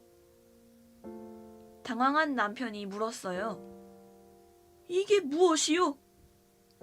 그것은 그녀가 몰래 모아두었던 은전 몇 입이었어요. 어디를 떠나든 밥 한 끼는 드셔야 하지 않겠습니까? 저는 이곳에서 기다릴 것입니다. 당신이 돌아올 날을 믿고 기다릴 것입니다. 이도연은 가슴이 먹먹해졌어요. 그래도 나는 떠나야 한다. 아내의 진심 어린 말을 듣고도 그는 끝까지 자신의 계획을 밀고 나갔어요. 그렇게 그는 결국 집을 떠나고 말았지요. 선비 이도현이 떠난 후 집안에는 적막이 감돌았어요. 채연은 마당을 쓸고 무너진 담장을 손보며 평소처럼 하루를 시작했어요. 그러나 마음속 깊은 곳에서는 어쩔 수 없이 불안감이 피어올랐지요. 정말 떠나버린 건가? 설마 다시 돌아오지 않는 것은 아니겠지? 하지만 그녀는 담담하게 마음을 다잡았어요. 남편이 돌아올 때까지 나는 내 할 일을 하면 된다. 그렇게 다짐한 채연은 더 이상 흔들리지 않기로 했어요. 이도현이 떠난 지 며칠이 지나자 마을 사람들은 수군거리기 시작했어요. 아니, 저 집은 대체 무슨 일이래? 남편이 사라졌다는데 저 여자는 아무렇지도 않나 보군? 혹시 남편을 내쫓은 것이 아닌가? 처음에는 작은 소문이었지만 시간이 지나면서 점점 소문이 커져갔어요. 심지어 어떤 사람들은 노골적으로 채연을 비난했지요. 아무리 가난해도 남편이 떠났으면 따라 나서는 것이 아내의 도리 아니요? 역시 여자란 본래 변덕스러운 법이라더니. 마을 어귀에서 장을 보던 채연은 사람들의 수군거림을 똑똑히 들었어요. 남편이 떠난 것이 내 잘못인가? 나는 내 자리에서 할 일을 하고 있을 뿐인데. 채연은 마을 사람들에게 따로 변명하지 않았어요. 그저 아무 말 없이 조용히 발길을 돌렸지요. 그러나 그녀의 마음은 조금씩 무너지고 있었어요.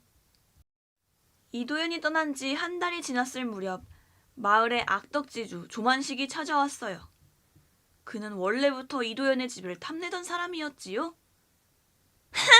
듣자 하니 남편이 집에 없고 여자 하나 있다고? 남편도 없이 여자가 혼자 사는 집이라면 빚을 이유로 몰아내는 것도 어렵지 않겠군. 조만식은 천천히 채연의 집 앞에 섰어요. 집에 계시오? 문을 열고 나온 채연은 순간 표정을 굳혔어요. 무슨 일이십니까? 조만식은 비열한 웃음을 지으며 말했지요. 하하, 이도현 선비께서 떠나셨다 들었습니다. 그렇다면 이제 이 집은 제 것이나 마찬가지겠군요. 어디 보자. 예전부터 이 집에는 빚이 있었지요? 당장 이달 말까지 돈을 갚지 않으면 이 집이라도 받아야겠네요. 채연은 순간 손이 떨리는 것을 느꼈어요. 그이가 직접 빚을 갚겠다고 하였습니다. 아직 기한이 남아있지 않습니까? 아하하, 그러니까 문제지요. 남편이 돌아올 거라 믿고 계십니까? 그런 헛된 기대는 하지 않는 것이 좋을 텐데요. 조만식은 한 걸음 다가서며 더욱 음흉한 미소를 지었어요. 사실 이 집이 있는 땅이 참 좋지요. 마을 장터에서도 가까우니 내가 오래전부터 탐내고 있었소. 어차피 혼자서 이 집을 지켜봤자 결국 나에게 넘어오게 될 터인데 헛수고하지 말고 얌전히 집을 내놓는 게 어떻겠소?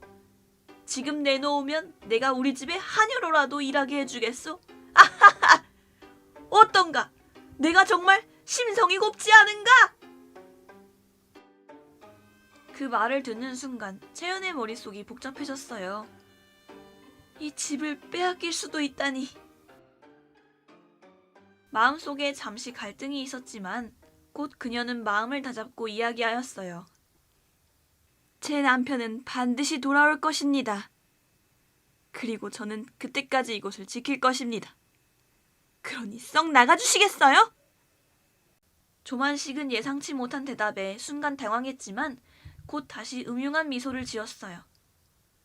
좋소. 그렇게 나오신다면 나도 더 기다려주지요.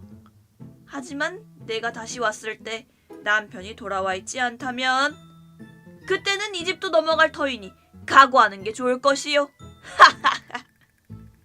그는 불길한 미소를 지으며 천천히 발길을 돌렸어요. 채연은 그가 떠난 뒤에도 한참 동안 문 앞에 서 있었어요. 이곳을 내 남편이 돌아올 곳을 지켜야 한다. 설령 아무도 내 편을 들어주지 않는다 해도. 조만식이 집을 빼앗으려 한다는 소문이 마을에 퍼지는 데는 오랜 시간이 걸리지 않았어요. 며칠 전까지만 해도 그저 수군거리기만 하던 마을 사람들이 이제는 대놓고 채연을 조롱하기 시작했어요. 그러게! 남편을 내쫓으니까 벌을 받은 거잖아. 어디 가서 밥벌이나 할 수 있으려나?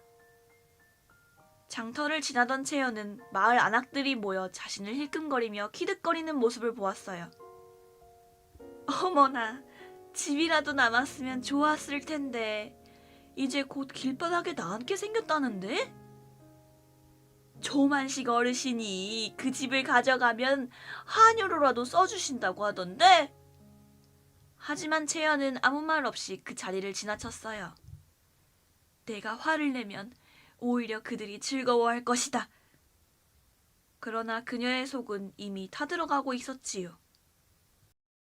마을 아이들도 어른들의 말을 그대로 따라했어요. 아이들은 채연이 장터를 지날 때마다 몰려들어서 놀리듯 장난을 쳤어요. 아줌마! 이제 집 없는 사람이 되는 거예요? 길바닥에서 살면 우리랑 같이 놀아줄 거예요? 한 아이가 큰 소리로 떠들었어요. 우리 어머니가 말했어요. 저 집은 이제 조만식 어르신 것이 될 거라고. 그 말에 다른 아이들이 깔깔거리며 웃었어요. 채연은 그들에게 대꾸하지 않고 발길을 재촉했지요. 그러나 어떤 아이는 진흙을 손에 쥐고 그녀의 뒷치마에 던졌어요. 길바닥에 살 거면 미리 더러워지는 게 좋겠죠? 주변 어른들은 그 광경을 보고도 아무도 나서지 않았어요. 그날 밤 채연은 방에 앉아 조용히 생각에 잠겼어요. 내가 버티고 있다고 해서 이 모든 것이 해결될까? 이제는 마을 사람들조차 나를 외면하는데. 그녀는 가만히 등을 기대고 한숨을 내쉬었어요. 나는 이 집을 끝까지 지킬 수 있을까? 그 순간 그녀의 눈가에 뜨거운 것이 고였어요. 그러나 그녀는 끝까지 눈물을 흘리지 않았어요. 아직은 무너지지 않을 것이다. 이를 악물며 끝까지 눈물을 참았지요. 그녀는 유난히 춥고 외로운 밤속에서도 스스로를 다잡았어요. 조만식이 다시 돌아온 날, 채연은 마당에서 조용히 물을 깃고 있었어요. 그녀는 이미 예상하고 있었기에 놀라지도 않았지요. 오늘이 바로 기한이 다 된 날이지요. 조만식은 느긋하게 웃으며 말했어요. 그래, 이제는 핑계를 댈 수도 없겠지. 네 남편이 돌아오지 않았으니 이 집은 내 것이나 다름없다. 하지만 마음이 착하고 여린 내가 너를 위해서 좋은 제안을 다시 한번 하지. 나와 계약을 맺으면 너를 내 집에서 한여로라도 살게 해주겠어. 자, 어떻게 할 거냐? 마을 사람들은 아무도 나서서 도와주려 하지 않았어요. 채연은 손을 꼭 쥐었어요. 이제 정말 끝인 걸까? 그녀는 처음으로 진심으로 흔들렸어요. 남편이 정말 돌아오지 않는다면 나는 어떻게 해야 하지? 정말로 이 집을 떠나야 하는 것일까? 그 순간 마을 어귀에서 한 사내가 걸어오고 있었어요. 빛바랜 도포에 지친 기색이 역력한 얼굴이었지요. 그러나 그는 누구보다도 채연에게 반가운 사람이었어요. 이보시오, 조만식 어르신. 낯익은 목소리에 모두가 놀라 뒤를 돌아보았어요. 채연은 순간 말을 잃었어요. 눈이 커지고 온 몸이 떨렸지요. 여보! 조만식은 눈썹을 찡그리며 이도연을 바라보았어요. 흥! 간신히 돌아왔군. 하지만 이제 소용없다. 내일이면 이 집도 내 것이 될 테니까 말이야. 그러자 이도연은 조용히 입을 열었어요. 그건 당신 뜻대로 되지 않을 것이오. 모든 사람이 숨죽이며 바라보는 가운데 이도연은 천천히 품에서 무언가를 꺼냈어요. 그것은 바로 묵직한 주머니였지요. 이 안에는 당신에게 빌린 돈과 이자를 포함한 전액이 들어있습니다. 그러니 이 집을 탐낼 이유가 사라졌겠지요. 조만식의 표정이 굳었어요. 이게 뭐야? 어디서 이런 돈을? 이도연은 미소를 지었어요. 나는 떠돌이 생활을 하며 학식으로 돈을 벌었소. 지나던 고을에서 서당을 열어 아이들을 가르쳤고 그 대가로 받은 돈을 차곡차곡 모아왔소. 이제 조만식 당신이 이 집을 넘볼 이유는 없어졌습니다.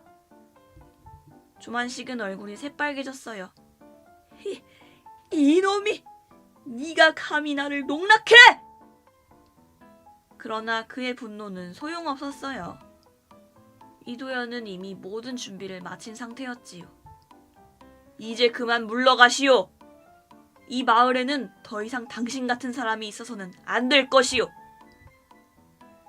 마을 사람들은 이 모습을 보며 하나둘씩 고개를 끄덕였어요. 저 사람이 맞는 말을 하는군. 이 마을에서 조만식이 더 이상 설치게 놔둬서는 안 된다! 조만식은 순간 기세가 꺾였어요. 그는 이를 악물며 뒤로 물러났지요. 하! 이렇게 끝난 줄 알지 마라! 그렇게 조만식은 떠났답니다. 조만식이 떠난 후 이도연은 아내에게 다가가 조용히 손을 잡았어요. 나는 정말 어리석었소. 당신의 마음을 시험할 생각을 했던 것이 이토록 부끄러운 일이었을 줄이야. 나는 멀리서도 당신의 소식을 들었소. 조만식이 당신을 괴롭히고 있다는 소식을 듣고 나는 내 자신의 잘못을 깨달았소. 그래서 당신에게 빨리 돌아가기 위하여 열심히 빚을 갚기 위해 노력하였소. 정말 미안하오. 그동안 홀로 버티느라 얼마나 힘들었소. 채연은 잠시 그를 바라보다가 눈을 감았어요. 정말 늦게 오셨습니다.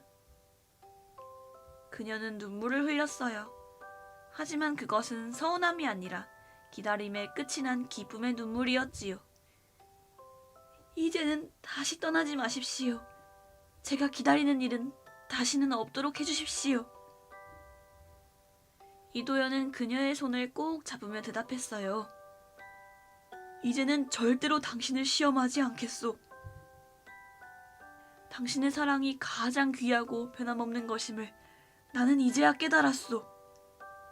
마을 사람들은 이도연을 보며 감탄했어요. 그리고 아내 채연에 대해 미안함을 느끼고 있었지요. 마을 사람들은 하나 둘 채연에게 사과를 하였어요. 우린 그저 남편을 내쫓은 못난 사람인 줄 알고 그랬습니다. 이런 사정이 있는 줄 전혀 몰랐습니다. 죄송합니다. 채연은 빙긋이 웃으며 마을 사람들에게 말하였어요. 저는 괜찮습니다. 저는 제 남편이 돌아왔으니 모든 것이 괜찮습니다. 그 후 이도연과 채연은 마을에서 더욱 존경받는 부부가 되었어요. 이도연은 서당을 열어 아이들을 가르치고 채연은 마을 사람들과 함께 농사를 지었지요. 부부는 이제 더 이상 서로를 의심하지 않았어요. 그들의 이야기는 오랫동안 마을에서 전해졌고 진정한 사랑은 시험하는 것이 아니라 믿는 것이다 라는 교훈을 남겼다고 합니다.